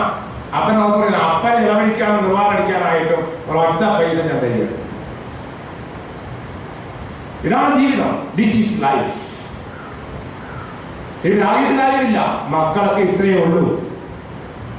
അത് ഒരു പരിധിവരെയൊക്കെ പങ്കുവെക്കാനും പഠിപ്പിച്ചിട്ടില്ല എങ്കിൽ ആ കല്യാണം കഴിഞ്ഞു കഴിഞ്ഞാൽ നമ്മുടെ ആൾക്കാരുടെ സ്വഭാവം 3 കാര്യങ്ങളിൽ ഉരച്ചു നോക്കുമ്പോൾ അറിയാം. 1, പണം. അവരുടെ തനി സ്വഭാവം. 10 പൈസ കടം ചോദിച്ചു നോക്കിക്കോ. നിങ്ങളുടെ ആളോട് കടം ചോദിച്ചു നോക്കിക്കോ, അപ്പോൾ അറിയാം ഈ ആളുടെ തനി സ്വഭാവം. 1 പണം, 2 ലൈംഗികത അല്ലെങ്കിൽ സെക്സ്, 3 അധികാരം. ഈ 3 കാര്യത്തോട് അടുക്കുമ്പോഴാണ് ഒരു വ്യക്തിയുടെ തനി സ്വഭാവം വളർത്തുന്നത്. അധികാരം കിട്ടിക്കഴിയട്ടെ. ഇപ്പൊ കാണാൻ സാധിക്കും. ഇപ്പൊ നിങ്ങളുടെ വീട്ടിൽ മുമ്പിൽ കൂടെ കഴിഞ്ഞ 5 വർഷമായിട്ട് നമ്മൾ കണ്ടിട്ടില്ലാത്ത പഞ്ചായത്ത് മെമ്പർ ഇപ്പൊ നമ്മുടെ വീട്ടുമുറ്റത്തൂടെ വരുന്നുണ്ട്. അപ്പൊ ഇത്രയും കാലം നമ്മൾ പറഞ്ഞ ആ മുറ്റത്തുണ്ടായ പാടാണോ എലി നടന്ന പാടാണ്, പക്ഷെ അത് പഞ്ചായത്ത് മെമ്പറുടെ കാൽപ്പാടാണെന്ന് നമ്മളിപ്പോ ഈ ദിവസങ്ങളിൽ മനസ്സിലാക്കി. നമ്മളവിടെ എലി പോയതാണെന്നല്ല, ഉരി പാഞ്ഞു പോയതാണെന്ന് ഓർത്തത്, പക്ഷെ അത് പഞ്ചായത്ത് മെമ്പറുടെ കാലത്ത് ചെരുപ്പിന്റെ പാടാണ് നമ്മൾ ഈ അടുത്ത കാലത്ത് മനസ്സിലാക്കി. അപ്പൊ അതൊക്കെ കഴിഞ്ഞ് എന്തെങ്കിലും എന്നെ രക്ഷിക്കണേ എന്നെ എന്നും പറഞ്ഞുകൊണ്ട് നമ്മുടെ മുമ്പിൽ കൂടെ വന്നതാണ്, ചിഹ്നവും പിടിച്ചുകൊണ്ട് വന്നതാണ്, നമ്മൾ വോട്ടും ചെയ്തതാണ്. ഇനി ആ മനുഷ്യരെ നമ്മൾ പഞ്ചായത്ത് ചെയ്ത് കഴിഞ്ഞപ്പോ എവിടുന്നാ വരുന്നൊരു നോട്ടം. ഇങ്ങനെ നമ്മൾ നന്മ ചെയ്യുന്ന മനുഷ്യര് നമ്മളോട് ചില കാര്യങ്ങൾ ചെയ്യുമ്പോൾ നമ്മുടെയൊക്കെ ഉള്ളിൽ കരി കയറും. ത്യാഗങ്ങൾ സഹിച്ച് ഞാൻ വളർത്തിയവർ ആഴത്തിൽ മുറിവേൽപ്പിച്ച് അകന്നുപോയ അനുഭവങ്ങൾ. അപ്പൊ ഇങ്ങനെയുള്ള നിമിഷത്തിലാണ് ഈശോ പറഞ്ഞൊരു വചനമുണ്ടല്ലോ, ലൂക്കാസ് സുവിശേഷം 17:10. നമുക്കങ്ങോട്ട് ദഹിക്കാത്തൊരു വചനമാണ്. ഈശോ അതെന്താ പറഞ്ഞു വെച്ചത്? ചെയ്യാനുള്ളത് ചെയ്തിട്ട് പ്രയോജനമില്ലാത്ത ദാസരായിട്ട് കരുതണം എന്ന് പറഞ്ഞാൽ എന്താ എനിക്ക് അർത്ഥമാണ്? ചെയ്യാനുള്ളത് ചെയ്തു. ഞാൻ അപ്പനാണ്, എന്റെ കൊച്ചിനെ പഠിപ്പിക്കുക, മനസ്സിലാക്കുക, നല്ല രീതിയിൽ എത്തിക്കുക എന്നുള്ളത് അപ്പൻ എന്ന നിലയിൽ എന്റെ കടമയാണ്. ഞാനത് ചെയ്യും. അപ്പന്റെ കടമ ഞാൻ ചെയ്യും. ഇനി മകനുണ്ടല്ലോ, അവൻ അനുഗ്രഹത്തിന്റെ വഴി ദൈവം പറഞ്ഞിരിക്കുന്നതാണ്, നീ ഭൂമിയിൽ ജീവിതകാലം മുഴുവനും സമാധാനത്തോടെ ജീവിച്ചിരിക്കണമെങ്കിൽ നിന്റെ അമ്മയും അപ്പനെ ബഹുമാനിക്കാൻ കമാൻഡുള്ള ദൈവ കൽപ്പനയാണ്. കാരണം ഞാനും നിങ്ങളിലൊക്കെ അമ്മയുടെ ചോരയിലാണ് വളർന്നെങ്കിൽ അപ്പന്റെ വിയർപ്പിൽ വളർന്നവരാണ് നമ്മൾ. അപ്പൻ കൊണ്ട വെയിലാണ് നമ്മളിന്ന് മക്കൾ തണലനുഭവിക്കുന്നത്. അപ്പനന്ന് വെയിൽ കൊണ്ട് പുറം കലർത്തതിപ്പോഴാണ് മല കൊണ്ട് വെച്ചു പിടിപ്പിച്ചത്. ഇന്ന് മക്കൾ പോയി ആഞ്ഞിലിമരത്തിന്റെ ചോട്ടിൽ പോയിരിക്കണമെന്ന് ആഞ്ഞിലിമരം വെട്ടാൻ ചെല്ലുമ്പോൾ അപ്പൻ വെയിൽ കൊണ്ടതിന്റെ അടയാളമാണ് മക്കൾ അനുഭവിക്കുന്നത്. അതുകൊണ്ട് ഇത് ചെയ്യാത്തവൊന്നും രക്ഷപ്പെട്ടിട്ടില്ല. അവിടെ നമുക്ക് മനസ്സിലാക്കാം, അപ്പന്മാർക്കും അമ്മമാർക്കും സഹോദരങ്ങൾക്ക് അനുജന് കൊടുത്തു, അന്യത്തെ കെട്ടിക്കാൻ വേണ്ടി കാര്യങ്ങൾ ചെയ്ത് കൊടുത്തു, ചേച്ചിക്ക് വേണ്ടി ചെയ്തു കൊടുത്തു, കൊച്ചിനെ പഠിപ്പിക്കാൻ വേണ്ടി ചെയ്തു കൊടുത്തു. ഇതെല്ലാം ചെയ്തു കൊടുത്തിട്ടും ഒരു നന്ദിയുടെ വാക്ക് പറയാത്ത മനുഷ്യർ. അവിടെയാണ് തമ്പുരാൻ നമുക്ക് സൗഖ്യം നൽകുന്നത്. നീ ചെയ്യാനുള്ളത് ചെയ്തു, നീ കടന്നുപോയിക്കോ. ദൈവം നിനക്ക്, ദൈവമാണ് സമ്പത്ത്, സമ്പത്തല്ല ദൈവം. നീ കടന്നു വയ്ക്കോ, നിന്നെ ഞാൻ അനുഗ്രഹിക്കും. അവിടെ നീ ക്ഷമിക്കുക, നീ മനസ്സിലാക്കുക, എന്റെ അനുജനാണ്, ബോധമില്ലാത്തവനാണ്, അവൻ പെണ്ണിനെ കണ്ടപ്പോ പെണ്ണ് മാത്രം മതി. അവൻ ഇത്രയും കാലം അമ്മയുടെ കൂടി എല്ലാ കാലം അമ്മ മറ്റൊന്നും പറഞ്ഞില്ല. അപ്പൊ അവന് പെണ്ണ് കിട്ടിക്കഴിഞ്ഞപ്പോഴത്തേക്ക് ഇനി അമ്മയും വേണ്ട അപ്പനും വേണ്ടത്. ആ തരത്തിലേക്ക് കല്യാണം കഴിഞ്ഞപ്പോ ആങ്ങളെ കണ്ടാൽ തിരിച്ചറിയത്തില്ല, ആങ്ങളേക്ക് ഇപ്പൊ സൗന്ദര്യമില്ല, ആങ്ങളേക്ക് ഇപ്പൊ ബോധമില്ല, കെട്ടിയവന്റെ അത്രയും ബോധമില്ല. ഇങ്ങനെ കാണുന്ന ചില മക്കളുണ്ട്. പിതാവേ ഇവളോട് ക്ഷമിക്കണമേ, കാരണം ഇവൾ ചെയ്യുന്നത് എന്താണെന്ന് ഇവൾ അറിയില്ല. നമുക്ക് സൗഖ്യം കിട്ടണോ, വിട്ടുകൊടുക്കുക. ഈ ഗ്രീക്ക് ഭാഷയിൽ ക്ഷമിക്കുക എന്ന വാക്കിന് ഒരു അർത്ഥം കൂടിയുണ്ട്. ജയിൽ തുറന്നു വിടുക എന്ന് പറഞ്ഞാൽ മനസ്സിന്റെ ജയിലിൽ കിടക്കുന്നവരെ പുറത്തേക്ക് വിടുക. അതായത് നമ്മുടെ ഇപ്പൊ മനസ്സിൽ ഇങ്ങനെ അനുജൻ കിടപ്പുണ്ട്, ആങ്ങളെ കിടപ്പുണ്ട്, അപ്പൻ കിടപ്പുണ്ട്, ചേർത്തി എനിക്ക് 2 മക്കളാണ്. ഒരു മകളെ കെട്ടിച്ച അപ്പൻ ആവശ്യത്തിനെല്ലാം കൊടുത്തു. രണ്ടാമതുള്ള അവളെ അങ്ങനെ അവളെന്ത് ചെയ്യും, അവളെ അപ്പനെ കള്ളുകൂടി വീക്ക്നെസ് ആണ്, അതുകൊണ്ട് ഇടയ്ക്കൊക്കെ വരികയും ചെയ്യും, കള്ളുകുപ്പിയും കൊണ്ട് കൊടുക്കും. ആരും കാണാതെ അപ്പനെ കൊണ്ട് കൊടുക്കുകയും ചെയ്യും. അപ്പൻ പൂത്ത നോട്ടെടുത്ത് മകൾക്ക് കൊടുക്കുകയും ചെയ്യും. മറ്റൊരുത്തി കൊണ്ട് അവള് വന്ന് എന്നാ കൊടുത്താലും അപ്പന് വലിയ താല്പര്യമില്ല. എന്റെ മകളാണെന്ന് ഒരു സംശയമാണ് അപ്പൻ. അതുകൊണ്ട് അപ്പന്മാര് കൊടുക്കും. ചെയ്യാനുള്ളത് ചെയ്തിട്ട് പ്രയോജനമില്ലാത്ത ദാസരായി കരുതിക്കൊള്ളു. പ്രത്യേകിച്ച് മാതാപിതാക്കളെ ഇന്നത്തെ കാലഘട്ടമാണ്. പഴയ രീതിയിൽ നമ്മൾ പ്രതീക്ഷിക്കരുത്.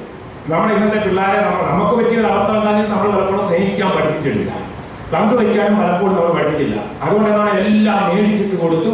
അവർ ആഘോഷമായിട്ട് അവരുടെ ജീവിതത്തിന്റെ ബൊമ്പന വന്നിട്ടില്ല, അവരുടെ ജീവിതത്തിന്റെ കണ്ണീര് കണ്ടിട്ടില്ല, അവരുടെ ജീവിതത്തിന്റെ വേർപ്പനാറ്റം നടക്കില്ല. അതുകൊണ്ട് അവർ സുഖലോലുപതയിൽ വളർന്നു. കാര്യം നമ്മൾ പഞ്ഞം കിടന്നാലും പട്ടിണി കിടന്നാലും മക്കൾ പലപ്പോഴും അങ്ങനെ വളർന്നു. അതുകൊണ്ട് എന്താണ് അപ്പം പറയുന്നത് മനസ്സിലാവില്ല, അപ്പം പറയുന്നത് നമുക്ക് കേറില്ല. ക്ഷമിക്കുക, മനസ്സിലാക്കുക. ഇനിയെങ്കിലും past is where we learn lesson. ഇന്നലെ എന്നൊക്കെ പറയുന്നത് നമ്മൾ ചില പാഠങ്ങൾ പഠിക്കാനാണ്. ഈ ചുറ്റുപാടുകൾ രീതികളൊക്കെ സംഭവിക്കുമ്പോൾ എന്താണെന്ന് മനസ്സിലാക്കേണ്ടത് നാളെ ഇത് എന്റെ കുടുംബത്തിൽ തന്നെ സംഭവിക്കാൻ പോകുന്ന കാര്യമാണ്. അതുകൊണ്ടാണ് നമ്മൾ പറഞ്ഞത് ഈ കുഞ്ഞുങ്ങളെ ഇപ്പോൾ തന്നെ ഒരു മാമ്പഴം കിട്ടിയാൽ 4,000 3,000 പങ്കുവെച്ച് കൊടുക്കാൻ പഠിപ്പിക്കണം.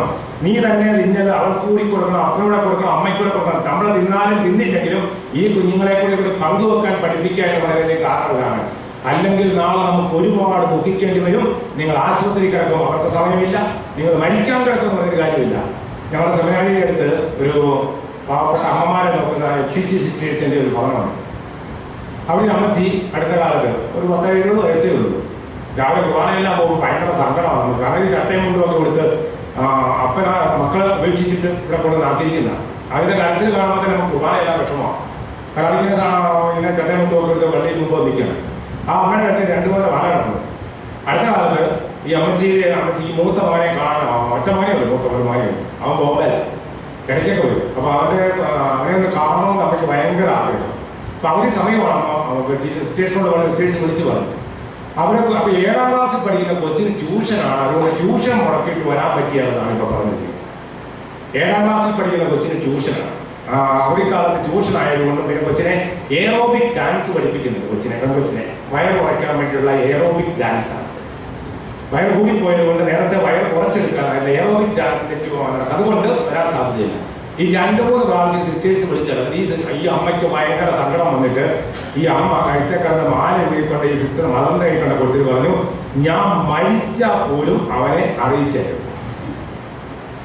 മരിച്ചപ്പോൾ 7ാം ക്ലാസ്സിൽ പഠിക്കുന്ന മകളെ വയറ് കുറയ്ക്കാനുള്ള എയറോബിക് ഡാൻസ് പഠിക്കാൻ വേണ്ടി സ്വന്തം തവള ഒന്ന് വന്ന് കണ്ടിട്ട് 1/2 മണിക്കൂറെങ്കിൽ കണ്ടിട്ട് ഇല്ല. ഇതൊക്കെ ഇത്രയേ ഉള്ളൂ. This is life.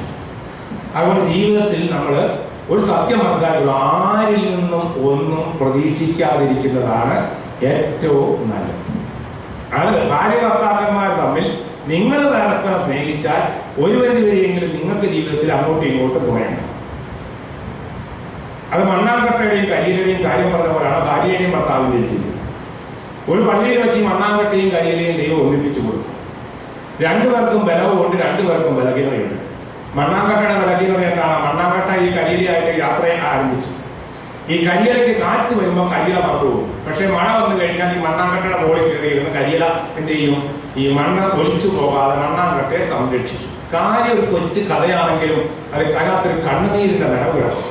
ഈ മണ്ണാങ്കട്ടയുടെ മുകളിൽ കരിയില കയറിയിരിക്കുന്നത് കാരണം കാറ്റ് മഴ വന്നു കഴിഞ്ഞാൽ മണ്ണാങ്കട്ടയെ കരിയില രക്ഷിക്കും. ഇതുപോലെ കാറ്റ് വന്നു കഴിഞ്ഞാൽ കരിയിലേക്ക് കയറിയാണ് കരിയിലെ പറത്തിക്കുന്നത്. അതുകൊണ്ട് എന്ത് ചെയ്യും? മണ്ണാങ്കട്ട കയറി ഈ കരിയുടെ ദേഹത്ത് കയറിയിരിക്കുമ്പോൾ എന്ത് സംഭവിക്കും? അത് പോകുന്നില്ല. പക്ഷെ ജീവിതത്തിൽ ഈ യാത്ര മുന്നോട്ട് പോകുമ്പോൾ എന്നാ സംഭവിക്കുന്നെന്ന് അറിയത്തില്ല. ഒരു ദിവസം എന്ത് സംഭവിക്കും? കാറ്റും മഴയും കൂടി ഒരുമിച്ച് വരുമ്പോൾ എന്ത് സംഭവിക്കും? ചിലപ്പോൾ കരിയില പറന്നും പോകും, മണ്ണാങ്കട്ട അരിഞ്ഞു പോകും. ഇന്ന് മുതൽ മരണം വരെ സുഖത്തിൽ ദുഃഖത്തിൽ സമ്പത്തിൽ ദാരിദ്ര്യത്തിലും ആരോഗ്യത്തിലും അനാരോഗ്യത്തിലും ഒന്നുപോലെ ജീവിച്ചു കൊള്ളാമെന്ന് പ്രതിജ്ഞ ചെയ്തിട്ടുള്ളവരാണെങ്കിലും ഈ ജീവിതയാത്ര എത്ര നാൾ മുന്നോട്ട് പോകുമെന്ന് നമുക്കാർക്കും അറിയില്ല. എപ്പോഴാണ് കാറ്റുണ്ടാകുന്നതെന്നോ എപ്പോഴാണ് മഴയുണ്ടാകുന്നതെന്നോ അറിഞ്ഞില്ല. അതുകൊണ്ട് നമുക്ക് ഉറപ്പായ ഒരു കാര്യം നമ്മൾ മരിക്കുന്നതാണ്. പക്ഷെ എന്ന് എവിടെ എന്ന് അറിഞ്ഞില്ല. അതുകൊണ്ട് ഈ ഇരിക്കുന്ന ഈ ഇത്തിരി കാലഘട്ടത്തിൽ ഭാര്യഭർത്താക്കന്മാരായ നിങ്ങൾ പരസ്പരം എന്നെ ആകപ്പാടെ മനസ്സിലാക്കുക. എന്റെ ഭാര്യയാണ്, അവളെ എന്നെയും മനസ്സിലാക്കുക. അതുകൊണ്ട് ഈ ജീവിതയാത്ര മുന്നോട്ട് പോകാൻ അല്പമെങ്കിലും താങ്ങും തള്ളി കൊടുക്കാതെ കൊണ്ടാണ് ഈ മനസ്സിലാക്കേണ്ട മറ്റൊരു ഭാഗം. ക്ഷമിക്കുക, മനസ്സിലാക്കുക. പിന്നെ മറ്റൊന്നുള്ളത്, നമ്മുടെയൊക്കെ ജീവിതത്തിൽ നമ്മൾ ക്ഷമിക്കേണ്ട വലിയൊരു മേഖല ഫോർഗിവിംഗ് ദി പാസ്റ്റ് എന്ന് പറഞ്ഞാൽ ഈ കഴിഞ്ഞകാല ജീവിതത്തിൽ ഈ ഇരിക്കുന്ന നമ്മളൊക്കെ ഒരുപാട് തീരുമാനങ്ങൾ എടുത്തിട്ടുണ്ട്. ചില മണ്ടാൻ തീരുമാനങ്ങൾ. ചേട്ടത്തി ആഗ്രഹം ആ സ്ഥലം മേടിക്കണ്ട പോയി അങ്ങ് മേടിച്ചു. ഇപ്പോഴാണ് മനസ്സിലായത് ആ സ്ഥലം പെരുത്ത നഷ്ടത്തിലാണ്. ആ ചെറുക്കൻ പെണ്ണിനെ കാണാൻ വന്നപ്പോഴേ അമ്മയ്ക്ക് നല്ല കണ്ണുണ്ടാവണം. അമ്മ നോക്കിയപ്പോഴേ ആ ചെറുക്കന്റെ ലോകത്തൊരു കള്ളലക്ഷണമുണ്ട്, അവനെ വേണ്ട എന്ന് അപ്പന്റെ ചെവി പറഞ്ഞു. അല്ലടി അപ്പോൾ അവന്റെ കയ്യെ കിടക്കുന്ന സ്വർണ്ണച്ചയും കണ്ടു. അവന്റെ മുഖത്ത് കൊണ്ടില്ല, അല്ല കസ്തൂരിരംഗന്റെ ലോകത്തില്ല, ഭയങ്കര കൂടെ അമ്മ കെട്ടിച്ചേക്കാരെന്ന് പറഞ്ഞു. എന്നാ നിങ്ങളെ ഇഷ്ടം പോലെ ആകട്ടെ. കെട്ടിച്ചു കുറച്ചു കഴിഞ്ഞപ്പോഴാണ് മനസ്സിലായത് ഈ സ്ത്രീ പറഞ്ഞത് 100% സത്യമായിരുന്നു. ആ മഹാ ഒരു തെമ്മാടിയായിരുന്നാണ്. മണ്ട തീരുമാനം. ഇന്ന് പാട്ട പെണ്ണ് കിടന്ന് വിഷമിക്കുക. എന്തുകൊണ്ടാണ് പ്രിയപ്പെട്ടവരെ നമ്മളൊക്കെ മണ്ടൻ തീരുമാനങ്ങൾ എടുത്തത്? നമ്മൾ ചിന്തിക്കണം. ദൈവത്തോട് ആലോചന ചോദിക്കാതെ പ്രാർത്ഥിക്കാതെ എടുത്തു ചാടിയെടുത്ത തീരുമാനങ്ങളൊക്കെ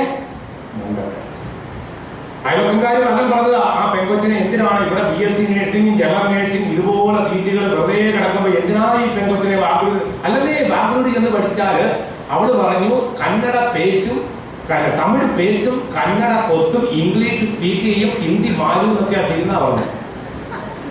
അങ്ങനെ ഹിന്ദി മാലും ഇംഗ്ലീഷ് സ്പീക്ക് തമിഴ് പേശി കന്നഡ കൊത്തി 2 മാസം കഴിഞ്ഞ് 2 വർഷം കഴിഞ്ഞപ്പോഴാണ് ആ പെണ്ണിന്റെ ബന്ധുക്കാരാണ്ടായത് ബാംഗ്ലൂരിനെ ചെന്ന് കഴിഞ്ഞപ്പോൾ ഈ പെണ്ണിന്റെ കഴുത്തിൽ താലി കിടക്കുന്നത് കണ്ടിട്ട് അവര് ഇവിടെ കണ്ടിട്ട് തിരിച്ചറിഞ്ഞു. പക്ഷെ അവൾ അറിഞ്ഞില്ല. എന്നിട്ട് ഇവര് വീട്ടിലോട്ട് വിളിച്ചു പറഞ്ഞു, നിങ്ങൾ എന്തൊരു മനുഷ്യൻ എന്റെ ദൈവമേ ഞങ്ങളെല്ലാം കൂടെ കണ്ട പശ്ചാത്തലം ആ പെൺകൊച്ചിന്റെ കല്യാണം നടത്തിയിട്ട് നിങ്ങളെന്നാ ഞങ്ങളെ ഒന്ന് വിളിക്കാമെന്ന് ചെയ്തു. ആരുടെ കല്യാണം? ഇവിടെ കല്യാണം. അന്വേഷിച്ച് പിറ്റേ ദിവസം കേരളത്തിന്റെ ആങ്ങളെയും പെണ്ണിന്റെ അപ്പനൂടെ അവിടെ ചെന്ന് കഴിഞ്ഞപ്പോഴാണ് അറിയുന്നത്. അവിടെ ഇവർ താമസിക്കുന്ന സ്ഥലത്ത് ആദ്യം ഹോസ്പിറ്റലിൽ ചെന്ന് ചോദിച്ചു. അപ്പൊ അവർ ഇവിടെയല്ല വേറെ സ്ഥലത്താണ് താമസിക്കുന്നത്. അവിടെ ചെന്ന് കഴിഞ്ഞപ്പോൾ അല്പം തമിഴ് മലയാളം സംസാരിക്കുകയാണ്. ചേട്ടത്തി കണ്ടപ്പോഴേ ഇവരെ കണ്ടപ്പോഴേ പറഞ്ഞു മോളും മോനും ഒക്കെ സുഖമായിട്ടിരിക്കുന്നു, അവരിപ്പം പുറത്തേക്ക് പോയതേ ഉള്ളൂ. മോളും മോനും ഏത് മോനും അന്വേഷിച്ച് അറിഞ്ഞത് ഒരു നായരി ഇറക്കന്റെ കൂടെ സംബന്ധം കൂടി മോള് താമസിക്കുക. 2 വർഷമായി താമസം തുടങ്ങിയിട്ട് നായരി ഇറക്കന്റെ കൂടെ കൂടി. അതും അപ്പൻ അങ്ങനെ ശ്രമിക്കും. കഴിഞ്ഞ പ്രാവശ്യം അവധിക്ക് വന്നു കഴിഞ്ഞപ്പം അപ്പൻ ഏതാണ്ട് കാര്യമൊക്കെ പറഞ്ഞു 41 പവന്റെ ആഭരണമൊക്കെ ഉണ്ടാക്കി വെച്ചിരിക്കുക വലിയ കല്യാണത്തിന്. അപ്പൻ ഏതാണ്ട് കാര്യം പറഞ്ഞു ഇവിടെ പന്തലൊക്കെ ഇട്ട് ഒത്തിരി പേരെയൊക്കെ വിളിച്ച് കല്യാണമാണ്. അവൾ പോകാൻ നേരത്ത് ഈ അപ്പന്റെ കൗളില് ഉമ്മ കൊടുത്തിട്ട് പറഞ്ഞു, പപ്പ ആരെ ചൂണ്ടിക്കാണിക്കുന്നു അവരെ മാത്രമേ ഞാൻ കല്യാണം കഴിക്കൂ എന്ന് പറഞ്ഞു. അവസാനം യൂദാസ് ചുംബനം കൂടെ കൊടുത്തിട്ട് പോയല്ലോ. അപ്പൻ ചെന്നപ്പോ കാണുന്നതാണ് നായരുടെ കൂടെ 2 വർഷമായിട്ട് സംബന്ധം ചെയ്ത മോളാണ്. അപ്പന്റെ കവളിൽ ഉമ്മ കൊടുത്തിട്ട് അപ്പനും പറയാം, പപ്പ ആരെ കാണിച്ചാലും കിട്ടും, അവൾ ആരെ കാണാനും കിട്ടാൻ കഴിയില്ല. ഇപ്പൊ തൽക്കാലം ഒരു ജീവിതമാണ്. ഈ പറഞ്ഞ പോലെ സംഭവിച്ച കാര്യമാണ്. അപ്പൊ എന്തുകൊണ്ടാണ് നമ്മൾ ഈ മണ്ടൻ തീരുമാനമെടുത്തത്? ഭാര്യയോട് പറയാതെ പൈസ കൊണ്ട വേറെ ആൾക്ക് കടം കൊടുത്തു, ഇപ്പൊ തിരിച്ചു ചോദിച്ചാൽ ബ്ലേഡ് ആണെന്ന് പറഞ്ഞാൽ ഇപ്പൊ പോലീസ് അകത്താകും. ഭാര്യ ആകെന്ന് പറഞ്ഞാൽ എന്റെ കെട്ടിയോനെ കൊടുക്കരുത്, ബ്ലേഡ് എന്ന് പറഞ്ഞാൽ നശിച്ച പൈസയാണ്, കണ്ണുനീരിന്റെ പൈസയാണ്, നമുക്കത് വേണ്ട, വേറെ എന്തെങ്കിലും ഒക്കെ പറയും. അല്ലെങ്കിൽ അത് പെട്ടെന്ന് മുട്ടനാകാന്ന് പറഞ്ഞ കൊടുത്തതാ. ഇപ്പോഴാണ് ഗവൺമെന്റ് പറഞ്ഞിരിക്കുകയാണ് ബ്ലേഡ് മേടിച്ചവനെതിരെ കേസ് കൊടുത്തു കഴിഞ്ഞാൽ ബ്ലേഡ് അകത്ത് ഊമ്പി അപ്പാ വരാതെ വെള്ളത്തിലേക്ക് പോയി. അന്ന് നമ്മളത് ആകെ പറഞ്ഞാൽ തൊട്ടടുത്ത് കിട്ടുന്ന ആ 10 സെന്റ് സ്ഥലം അന്നാണെങ്കിൽ 40,000 രൂപയ്ക്ക് സെന്റിന് കിട്ടും, വലിയ കുഴപ്പമില്ല, നമുക്ക് മേടിക്കാൻ. ഇല്ല, ഈ വില കുറഞ്ഞ് ഒരു 20,000 താഴെയാകുമ്പോൾ ഞാൻ മേടിക്കുന്നുണ്ട്. ഇപ്പൊ ആ സ്ഥലത്തിന് വില കൂടി 2 ലക്ഷം. ഊമ്പി അപ്പാ വരാതെ വെള്ളം.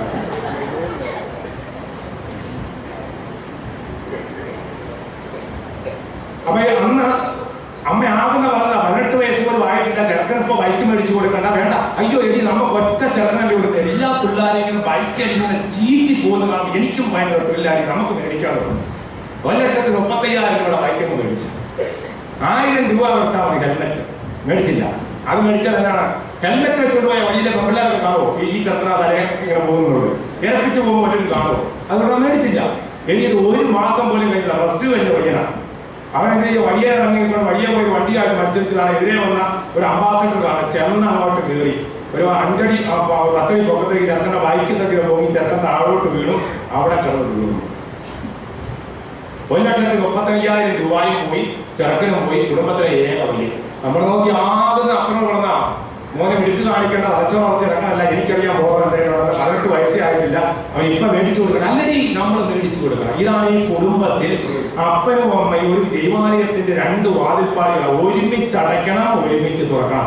വേണ്ട അമ്മ വേണ്ടെന്ന് പറഞ്ഞാൽ അപ്പനത് വേണ്ട. അപ്പനും അമ്മയും ചോദിക്കാതെ തന്നെ ഒരു പെർമിഷൻ കൊടുക്കരുത്. കുഞ്ഞുങ്ങൾ ഏറ്റവും കൂടുതൽ വഴിതെറ്റുന്ന മേഖലയാണ്. അവളിപ്പോ ഭാര്യ വിലക്ക് പറഞ്ഞാൽ ഓക്കെ, അല്ലെങ്കിൽ പിന്നെ ഏതെങ്കിലും മറ്റൊരു സമയത്തേക്ക് മാറ്റിയത് ആ സമയത്ത് ഭാര്യ വേണ്ടെന്ന് പറഞ്ഞു പറഞ്ഞാൽ അന്ന് അതുകൊണ്ട് അങ്ങനെയുള്ള മനുഷ്യരുണ്ട്. വീട്ടിൽ അമ്മക്കാരൻ കേൾക്കുന്നു, അമ്മ വല്ലതും തരണേന്ന് പറഞ്ഞു, ഒന്നുമില്ലാന്ന് പറഞ്ഞു, വേണമെങ്കിൽ പോവുക. അത് ഇപ്പൊ ഇത് കണ്ടോണ്ടാണ് ചേട്ടനോ പത്രമൊക്കെ വായിച്ചുകൊണ്ടിരിക്കുകയാണ്. അയാൾ വീട്ടിൽ വരാൻ പറഞ്ഞു, എന്തിനാ പറഞ്ഞു ചോദിച്ചു. ഞാൻ എനിക്ക് എന്തെങ്കിലും 10 രൂപ തരാമെന്ന് പറഞ്ഞു. അവളെന്താ പറഞ്ഞേ? ഇല്ലാന്ന് പറഞ്ഞു. അത് അവളല്ല പറയേണ്ടത്, ഞാനാ പറയുന്നത്. ഇവിടെ ഒന്നുമില്ല, അത് അവളല്ല പറയുന്നത്, കുടുംബമാണ് ഞാനാണ്. അതുകൊണ്ട് ഞാനാണ് പറയുന്നത്, ഇവിടെ ഒന്നുമില്ല. ഈ മനസ്സിലാക്കാൻ പഠിക്കണമെന്ന് പറഞ്ഞത് നമ്മുടെ ഈ കഴിഞ്ഞകാല ജീവിതത്തിൽ നമുക്കിങ്ങനെ ഒരുപാട് നന്മ തെറ്റ്, നമുക്ക് ഇതിലെ അബദ്ധങ്ങൾ പറ്റിയിട്ടുണ്ട്. അപ്പോൾ പ്രിയപ്പെട്ടവരെ, ഈ അബദ്ധങ്ങളൊക്കെ നമ്മളെ പഠിപ്പിക്കുന്നത്, ഇന്നലകൾ നമ്മളെ പഠിപ്പിക്കുന്നത് yesterday is where we learn lessons, past is where we learn lessons. ഇന്നലകൾ എന്നൊക്കെ പറയുന്നത് നമ്മുടെ ജീവിതത്തിൽ പഠിക്കേണ്ട ചില പാഠങ്ങളാണ്. ഇന്നെന്ന് പറയുന്നതോ നാളത്തേക്ക് അപ്ലൈ ചെയ്യാൻ, അതുപോലെ നാളെ ഉപയോഗിക്കാൻ. ഈ നമ്മുടെയൊക്കെ ജീവിതത്തിൽ സംഭവിച്ച ഈ തെറ്റായ തീരുമാനങ്ങൾ, അത് കല്യാണത്തിന് പോയതാകട്ടെ, അല്ലെങ്കിൽ ഈ പറഞ്ഞ സ്ഥലം മേടിച്ചതാകട്ടെ, ആഭരണം മേടിച്ചതാകട്ടെ, അല്ലെങ്കിൽ ആരോ പറഞ്ഞു 2 ലക്ഷം രൂപ ഈ വർഷം വിട്ടാൽ അടുത്ത വർഷം 8 ലക്ഷം രൂപ കിട്ടുന്ന എങ്ങോട്ടൊരു പരസ്യമുണ്ട്. മലയാളി മാത്രം കൊണ്ട് നിക്ഷേപിക്കും. ലോകത്തിൽ ആരും നിക്ഷേപിക്കത്തില്ല. ഇന്ന് 20,000 രൂപയായിട്ട് അടുത്ത വർഷം 50,000 രൂപ എന്ന് പറഞ്ഞാൽ ഒരിടത്ത് നടക്കാൻ പോകുന്ന കാര്യമല്ല. അത് തട്ടിപ്പാന്നറിയാം. അതുകൊണ്ടാണ് മലയാളികൾ ഏറ്റവും കൂടുതൽ തട്ടിക്കാറുള്ളത്. ഇവിടെ വെറുതെ ബോർഡ് വെച്ചാൽ മതി, 1000 രൂപ ഏൽപ്പിക്കുക, അടുത്ത വർഷം 3,000 രൂപ, എങ്ങനെയും 13,000 രൂപ തരുന്നത് പൈസ. വളരെ എളുപ്പത്തിൽ പഠിപ്പിക്കാൻ സാധിക്കും. കാര്യം വിദ്യാഭ്യാസം എന്ന് പറഞ്ഞാൽ ഈ പ്രായോഗിക ബോധവും സൂക്ഷ്മ നിരീക്ഷണവും ഈ മറ്റുള്ളവരെ കുറ്റം പറയുന്ന കാര്യത്തിലുണ്ടെങ്കിലോ അനുദിന ജീവിതത്തിലും സ്വന്തം കുടുംബത്തിലും പലപ്പോഴും അപ്ലൈ ചെയ്യുന്ന കാര്യത്തിൽ ചിലപ്പോഴും ഇല്ലാതെ. അവിടെ നമ്മളൊക്കെ ഒത്തിരി മണ്ട തീരുമാനം എടുത്തിട്ടുണ്ട്. അന്ന് ആകുന്ന പറഞ്ഞ ആ വീട് പറഞ്ഞപ്പോ 3 മുറിയേ ഉള്ളൂ, നമുക്ക് അങ്ങനെ ടോയ്ലറ്റ് ഒക്കെ പറഞ്ഞു. അയ്യോ, എല്ലാവർക്കും കൂടെ ടോയ്ലറ്റിന്റെ ആവശ്യമൊന്നും ഇല്ല, പുറകിലൊരു ടോയ്ലറ്റ് പിടിപ്പിച്ചാൽ മതി എന്ന് പറഞ്ഞുകൊണ്ട് ഇപ്പം വീടിന്റെ പുറകിൽ കൊണ്ട് 5 അടി അകലെ കൊണ്ടുവരിക, വീടിനകത്താണ് ടോയ്ലറ്റ് വെക്കുന്നത് പറഞ്ഞുകൊണ്ട് വീടിന്റെ പുറകിൽ 10 അടി കൊണ്ട് വെച്ചു. ഇപ്പൊ തന്നെ രാത്രിക്ക് എഴുന്നേറ്റ് പോകണമെന്നുണ്ടെങ്കിൽ 12 വെളുപ്പിക്കൊണ്ട് ഈ ഭാര്യ എനിക്ക് തന്നെ പോകാൻ പേടിയാണ് പറഞ്ഞ് കാരണം ഇപ്പം ഒപ്പിച്ച് പോവാ. ഭാര്യ യൂട്ടും കത്തിക്കോ, അന്നേ ഞാൻ പറഞ്ഞ ഇതിനകത്തോട്ട് വേണ്ട, അകത്തോട്ട് വേണ്ട, കൂടി ഇരുന്നോ, ഈ ബക്കറ്റിനകത്തോട്ട് ഇരുന്നോ, നേരം കൊണ്ട് ഞാൻ കളഞ്ഞേക്കാം. പണ്ടെടുത്ത് ഇത് മണ്ടാൻ തീരുമാനങ്ങൾ ഓരോ കാലത്ത് തന്നെ ആ 3 മുറിയുണ്ട്. അതിന് അന്ന് ആപ്പാടെ ഒരു ടാങ്കിയുള്ളൂ. 3 മുറിക്ക് ടോയ്ലറ്റോടെ പിടിപ്പിച്ചാൽ പറ്റില്ല. അതിനൊന്നും ആവശ്യമില്ല. ഇപ്പൊ ആ മകനും കല്യാണം കഴിച്ചിട്ട് രാത്രിക്ക് അപ്പന്റെ അമ്മേനെ മുറിയുടെ വാതിൽ കൂടെ പോകണം. രാത്രിക്ക് വെട്ടിച്ചേർക്കൂടെ എങ്ങോട്ടാ പോകുന്ന രാത്രിക്ക് വന്ന കൊടുത്ത് പ്രദക്ഷിണം. മകനും മരുമകളും പെണ്ണെ കെട്ടിച്ച ചെറുക്കനും വരികയാണ്. ഇപ്പൊ രാത്രിക്ക് എഴുന്നേറ്റ് പോകണമെങ്കിൽ തന്ത്രപ്പെടുത്തി ബഹളമാണ്, മുമ്പിൽ കൊടി പിടിക്കുക, മറ്റേ പുറകെ പിടിച്ച് പോവുക, കാശും മുടക്കി പണിയാവുന്നത് വന്നത്. ഇതാണ് ഈ മണ്ട തീരുമാനം എടുക്കുക. അമ്മച്ചിമാർ ചിലപ്പോഴൊക്കെ മണ്ട തീരുമാനം എടുക്കും. ഏതെങ്കിലും കടയിലോട്ട് ചെയ്യും, അവയുടെ വെബിനാർ ഇത് ഭയങ്കര സാധനമാണ്, സൂപ്പർ അജിച്ചിയും കൊണ്ട് എടുക്കും. ഇവിടെ എടുത്തു കഴിയുമ്പോഴൊന്നും അച്ചി കൊടുക്കാനും കൊള്ള, നായൊക്കെ പുതയ്ക്കാനും കൊള്ളത്തില്ല, അച്ചി കൊടുക്കാനും കൊള്ളത്തില്ല. മേക്കോന്നൊരു സാധനം ഇരിക്കുന്നു. മറിയാമ്മയുടെ ഡ്രസ്സ് കണ്ടപ്പോ, മാതാമ്മയുടെ ഡ്രസ്സ് കണ്ടപ്പോ മറിയാമ്മയോട് ഏതോ ചേർത്തി പറഞ്ഞു, ചേച്ചി ഇത് കൊടുക്കാമെങ്കിൽ വളരെ നല്ലതാ, ഉടനെ മേടിച്ചോണ്ടിട്ട് വന്നു. ഇവിടെ വന്നപ്പോഴാണ് അല്ലേ അങ്ങോട്ടും കൊള്ളത്തില്ല ഇങ്ങോട്ടും കൊള്ളത്തില്ല. കല്യാണത്തിനൊക്കെ എടുക്കാൻ പോയതാ വീട്ടുകാരെല്ലാവരും പോയി. ആ പെണ്ണിന്റെ അമ്മ പറയുക, നീ ചെറിയ പെണ്ണ, നിനക്ക് ഈ സാരി കൊടുക്കാൻ തന്നെ ഒതുക്കമുള്ളൂ.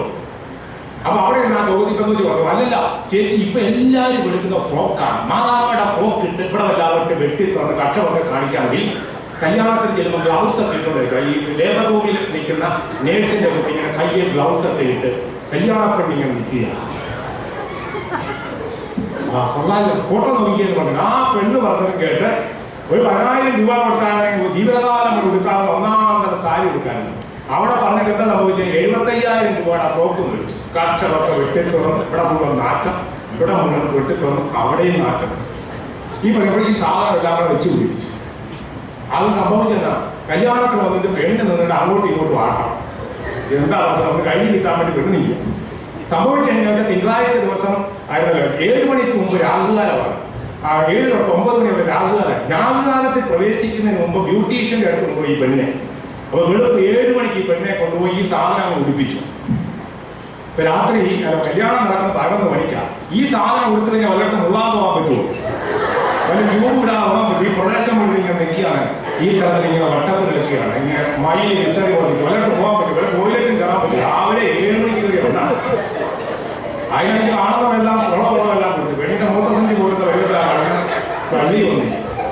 ഇങ്ങനെ കിടന്ന് അരി ആട്ടുന്നത് വെള്ളമായിക്കൊണ്ടിരിക്കുക. അത് കഴിഞ്ഞ് ഭയങ്കര മഴയും കാണുമ്പോൾ പാകപ്പാടെ ഇപ്പം ഒരു 2 അച്ഛൻ അല്പം കൂടെ നീട്ടിപ്പാടിയെങ്കിൽ പെണ്ണ് അവിടെ കാര്യം നടത്തിയത്. അങ്ങനെ ആദ്യമായിട്ട് ഫ്രോക്ക് കൊടുത്തവരുടെ വള്ളിയും മുള്ളി എന്നുള്ള വലിയ കേൾക്കേണ്ടി വന്നു. ഏതായാലും അച്ഛന്റെ പാട്ടുകുർബാന ചുരുക്കിയത് കൊണ്ട് രക്ഷപ്പെട്ടു. അതിന് പെണ്ണ് ആരാണ്ടെ വിളിച്ചു. അപ്പൊ ആ തൊട്ടടുത്തൊരു കൊച്ചു ടോയ്ലറ്റാ, അതിനകത്ത് കയറാൻ പറ്റുമോ? ഈ പ്രേതം കൊണ്ടുപോകുന്ന 2-3 പേര് നോക്കി പിടിച്ചുകൊണ്ട് പോകും. വിളിക്കുന്ന അമ്മച്ചിമാർക്കും അവരെ കല്യാണം കഴിക്കാൻ പോകുന്ന വെണ്ണക്കൾക്കും വേണ്ടി സമർപ്പിക്കുകയാണ് ഇതിന്റെ പ്രായോജകർ അനുഭവസ്ഥർ. 85,000 രൂപ വേണം. ഇനി എന്തെങ്കിലും ഉപകാരം, ആ കല്യാണത്തിന് ആ 1 മണിക്കൂർ കൊടുത്തതല്ലാതെ ഇനി അത് കഴിഞ്ഞ ശേഷം 2ാം സാരി കൊടുത്തിട്ടാണ് പെണ്ണ് വേണ്ടി ചെറുക്കന്റെ വീട്ടിലേക്ക് പോകുന്നത്. ഈ 1.5 മണിക്കൂർ കൊടുക്കുന്നതിന് വേണ്ടിയിട്ടാണ് 75,000 രൂപ മുടക്കി പള്ള് കാണിക്കാൻ പറയും. പള്ള് ഈ മാതാമ്മയുടെ ഡ്രസ് ഒരിക്കലും മറിയാമ്മയ്ക്ക് ചേരില്ല. മറിയാമ്മയ്ക്ക് എപ്പോഴും ഈ മറിയാമ്മയുടെ ഡ്രസ് തന്നെയാണ്. ഈ മയിൽ ആടുന്നത് കണ്ട് കുയിലാടിയാൽ കുയില് കുഴി വീഴുകയും കുയിലിന്റെ കുണ്ടി കീറിപ്പോവുകയും ചെയ്യും. അപ്പൊ അതുകൊണ്ട് മയിലാടുന്നു വിചാരിച്ചുകൊണ്ട് കുയിലാടുന്നത് ശരിയായിട്ടുള്ള ഒരു കാര്യമാണ്. മറിയാമ്മയ്ക്ക് എപ്പോഴും നല്ലത് മറിയാമ്മയുടെ ചുരിദാറും മറിയാമ്മയുടെ സാരിയൊക്കെ നല്ലത്. മാതാമ്മ ഇങ്ങനെ മൊത്തം ഇങ്ങനെയൊക്കെ ഇരിക്കുന്നത് കൊണ്ട് അത് മൊത്തം വെട്ടി തുറന്നിരിക്കുന്നതുകൊണ്ട് മാതാമ്മയ്ക്ക് അവർക്ക് ഭയങ്കര ചൂടാണ്. ഈ മറിയാമ്മയും മാതാമ്മയും കൂടെ എങ്ങനെ മത്സരിക്കാനാണ്? മറിയാമ്മയുടെ പുറം പാറപ്പുറം പോലെയാണ്, മാതാമ്മയുടെ പുറം വിശാലമായ കടത്തീരം പോലെയാണ്. ഇത് രണ്ടും രണ്ടാണ്.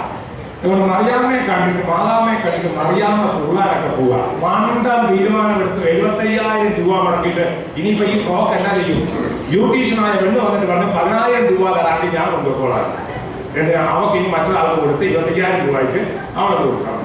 അവസാനം വീട്ടിൽ ഇപ്പൊ പ്രേതം പോലെ തൂക്കി വെച്ചിട്ടുണ്ട്, എന്റെ കല്യാണത്തിന്റെ നിത്യസ്മരണയ്ക്ക് വേണ്ടി ഫ്രോക്ക് ഇതാ റൂമുകൾ. മണ്ടം തീരുമാനങ്ങൾ ജീവിതത്തിൽ പറ്റി എന്തുകൊണ്ടായിരുന്നു? അതിനാണ് വിവരമുള്ള മനുഷ്യരോട് ചോദിക്കണം. ലോകപ്രസിദ്ധരായ ഫാഷൻ ഡിസൈനേഴ്സ് പോലും പറയുന്നത് ഇന്ത്യൻ പെണ്ണ് സ്ത്രീകൾ ഉപയോഗിക്കണം, കേരള സ്ത്രീകൾ ഉപയോഗിക്കുന്ന സാരിയും ചുരിദാറിന്റെ അത്രയും എലഗന്റ് ആയിട്ടുള്ള ഒരു ഡ്രസ് ഇല്ലെന്ന് ലോകപ്രസിദ്ധരായ ഫാഷൻ ഡിസൈനേഴ്സ് പറയും. നമ്മുടെ ദൈവത്തെ പോലുള്ള നമ്മുടെ ഹിന്ദി സിനിമ അവരുടെ ആൾക്കാർ പോലും മുണ്ടെടുത്തുകൊണ്ട് വരുന്ന ആൾക്കാർ പോലും ഉണ്ട്. അപ്പൊ ഇതിനെ ഓട്ടോ ഓടിച്ചുകൊണ്ടിരുന്ന ചേർക്കാൻ ഒരു കുഴപ്പമില്ലാതെ കല്യാണ ദിവസം അവൻ പെങ്ങളുടെ ചുരിദാർ എടുത്തിട്ടു. ഷർവാണി എന്നാണ് എന്റെ പേര്. ഷർവാണി താഴെ ഒരു പിന്നൂടെ കുത്തിയാൽ പിന്നെ അവന് പണൻസേ ഇതിന്റെ കാര്യമില്ല. ആ ചേർക്കനിങ്ങനെ കന്നുകാലിയെ കൊണ്ടുപോകുന്നത് പോലെ ഇങ്ങനെ വന്നിട്ട് ഷർവാണി ധരിച്ച് നടക്കുക. കെട്ടാനായിട്ട് കൈ മുഖ്യം പൊട്ട് പോകുകയില്ല, കാരണം മൊത്തം ഷർവാണിയാണ്. അങ്ങനെ നിൽക്കുക. ആരാണ്ടെല്ലാം കൂടെ വന്ന് സഹായിച്ചാണ് കെട്ട് നടക്കുക. പിറ്റേ ദിവസം ഈ സാധനം കൂടി നമ്മൾ കളി ആശ്വാസമായി. അവനും കൊടുത്ത് 10,000 രൂപ. ആരായി പറഞ്ഞു കൊടുത്തത്? കടയിൽ നിന്ന് ചക്കം പറഞ്ഞു, ഇപ്പൊ ഷർവാണിയാണ്. കടയിൽ നിന്ന് വെങ്കച്ച് പറഞ്ഞു കൊടുത്തു, ഇപ്പൊ ഫ്രോക്കാണ്. ഈ ബോധം എന്ന് പറയുന്നത് ഇത് ദൈവത്തിന് മനുഷ്യൻ മാത്രം കൊടുത്ത, അത് മനസ്സിലാക്കാത്തവരെയും ഈ ഷർവാണി തൂക്കിക്കൊണ്ട് നടക്കുന്നത്. അതുകൊണ്ട് ഈ തെറ്റായ തീരുമാനങ്ങൾ നമ്മുടെ ജീവിതത്തിൽ ചെറുതും വലുതുമായിട്ട് എടുത്തിട്ടുള്ളത് നമ്മുടെ ജീവിതത്തിൽ തിരിച്ചറിയുക. ബോധമില്ലാത്ത സമയത്ത് പ്രാർത്ഥിക്കാതെ, ദൈവത്തോട് ആരാധന ചോദിക്കാതെ, വിവരമുള്ള മനുഷ്യനോട് ചോദിക്കാതെ കൊച്ചിനെ പഠിപ്പിക്കാൻ പറ്റൂ, അബദ്ധത്തെ ചാടി. സ്ഥലം മേടിച്ചു, അബദ്ധത്തിൽ പാടി. അങ്ങനെ ആ കന്നുകാലിയെ മേടിച്ചപ്പോ പറഞ്ഞത്, ആ കന്നുകാലി അത്ര പാല് അല്ലെങ്കിൽ കുഴപ്പമൊന്നുമില്ല, നമ്മൾ മേടിച്ചുകൊണ്ടിരുന്നു. അവിടെ വെച്ച് അവർ വെള്ളവും എല്ലാം കുത്തിക്കൊടുത്ത് അവിടെ 5 ലിറ്റർ ഇവിടെ വന്ന് കറങ്ങിയപ്പോൾ 3 ലിറ്റർ പോലും ഇല്ല. കബളിപ്പിക്കപ്പെട്ടു. അതുകൊണ്ടാണ് ഈ തീരുമാനങ്ങൾ എടുത്ത് ദൈവം നമുക്ക് 2 തലച്ചോറ് തന്നിട്ടുണ്ട്, ഇടത് തലച്ചോറ്, വലത് തലച്ചോറ്. Think twice before you speak once എന്ന് പറഞ്ഞാൽ 2 പ്രാവശ്യം ചിന്തിക്കണം. അത് ഈ കുടുംബത്തിൽ ചിന്തിക്കുന്ന ഈ പെണ്ണുങ്ങളെ പറയുന്ന പറഞ്ഞാൽ വലത് പറയുകയാണ്. ആണുങ്ങൾ കാണാത്ത ഇത് കാണും. അതുകൊണ്ടാണ് ഈ പലപ്പോഴും കുടുംബത്തിൽ ഏതെങ്കിലും അഭിപ്രായം പറഞ്ഞു കഴിഞ്ഞാൽ, ഭാര്യയോട് പറഞ്ഞു കഴിഞ്ഞാൽ കേൾക്കുമ്പോൾ തോന്നും, പക്ഷെ അവര് ആണുങ്ങൾ കാണാത്തത് കാണും. ഒരു വശമാണ്. അതുകൊണ്ടാണ് ഒരു കാര്യത്തിന്റെ 2 വശം. അത് ദൈവം കുടുംബത്തിൽ ഈ പെണ്ണേറ്റ് അത് ആണുങ്ങൾ പലപ്പോഴും ലെഫ്റ്റ് ബ്രെയിനാണ്. അവർ പറയുന്ന കാര്യകാരണ സഹിതമൊക്കെ ചിന്തിച്ചു പോകുമെങ്കിലും സ്ത്രീകൾക്ക് അതിന്റെ ആണുങ്ങൾ കാണാത്ത ചില താരങ്ങൾ കാണാൻ സ്ത്രീകൾക്ക് പറ്റും. അത് വലത് ബ്രെയിനാണ്. അപ്പൊ ഈ ഇടത് ബ്രെയിനും വലത് ബ്രെയിനും കൂടി ചിന്തിക്കുമ്പോഴാണ് കാര്യങ്ങൾ നേരെ പോകുന്നത്. അപ്പൊ അതുകൊണ്ട് കെട്ടിയവൻ പറയുന്ന ചില കാര്യങ്ങളെ തിരുത്താൻ ഭാര്യയ്ക്കും പറ്റും, ഭാര്യ പറയുന്ന ചില കാര്യങ്ങളെ അവർ ചിലപ്പോൾ ഇമോഷണൽ ആയിട്ട് ചിലപ്പം എടുത്തിയാണ് സാധ്യത. അല്ലെങ്കിൽ അങ്ങനെയല്ല, ഇങ്ങനെയും കൂടി ഒരു വശമാണ്. ഇത് അനുകൂല കൂടുമ്പോഴാണ്. ഇത് ആരോടും പറയുകയില്ല, ആരും അറിയാതെ കൊണ്ട് തീരുമാനമെടുക്കും, സ്ഥലമെടുക്കും. അതുപോലെ കല്യാണം ഉറപ്പിച്ചിട്ട് വരും, അല്ലെങ്കിൽ പൈസ കൊണ്ട കൊടുത്തിട്ട് വരും, ആരോ എഴുതുകാരുടെ കയ്യിൽ പൈസയും കൊണ്ട കൊടുത്തു, എല്ലാം പോയി ആണ് തിരിച്ചു വന്നു. അപ്പൊ ഈ തരത്തിൽ നമ്മൾ മണ്ടം തീരുമാനങ്ങൾ എടുത്തത് ജീവിതത്തിലുണ്ട്. ഈ മേഖലകളെ നമുക്ക് ഈശോയുടെ തിരുസന്നിധിയിൽ സമർപ്പിക്കുക.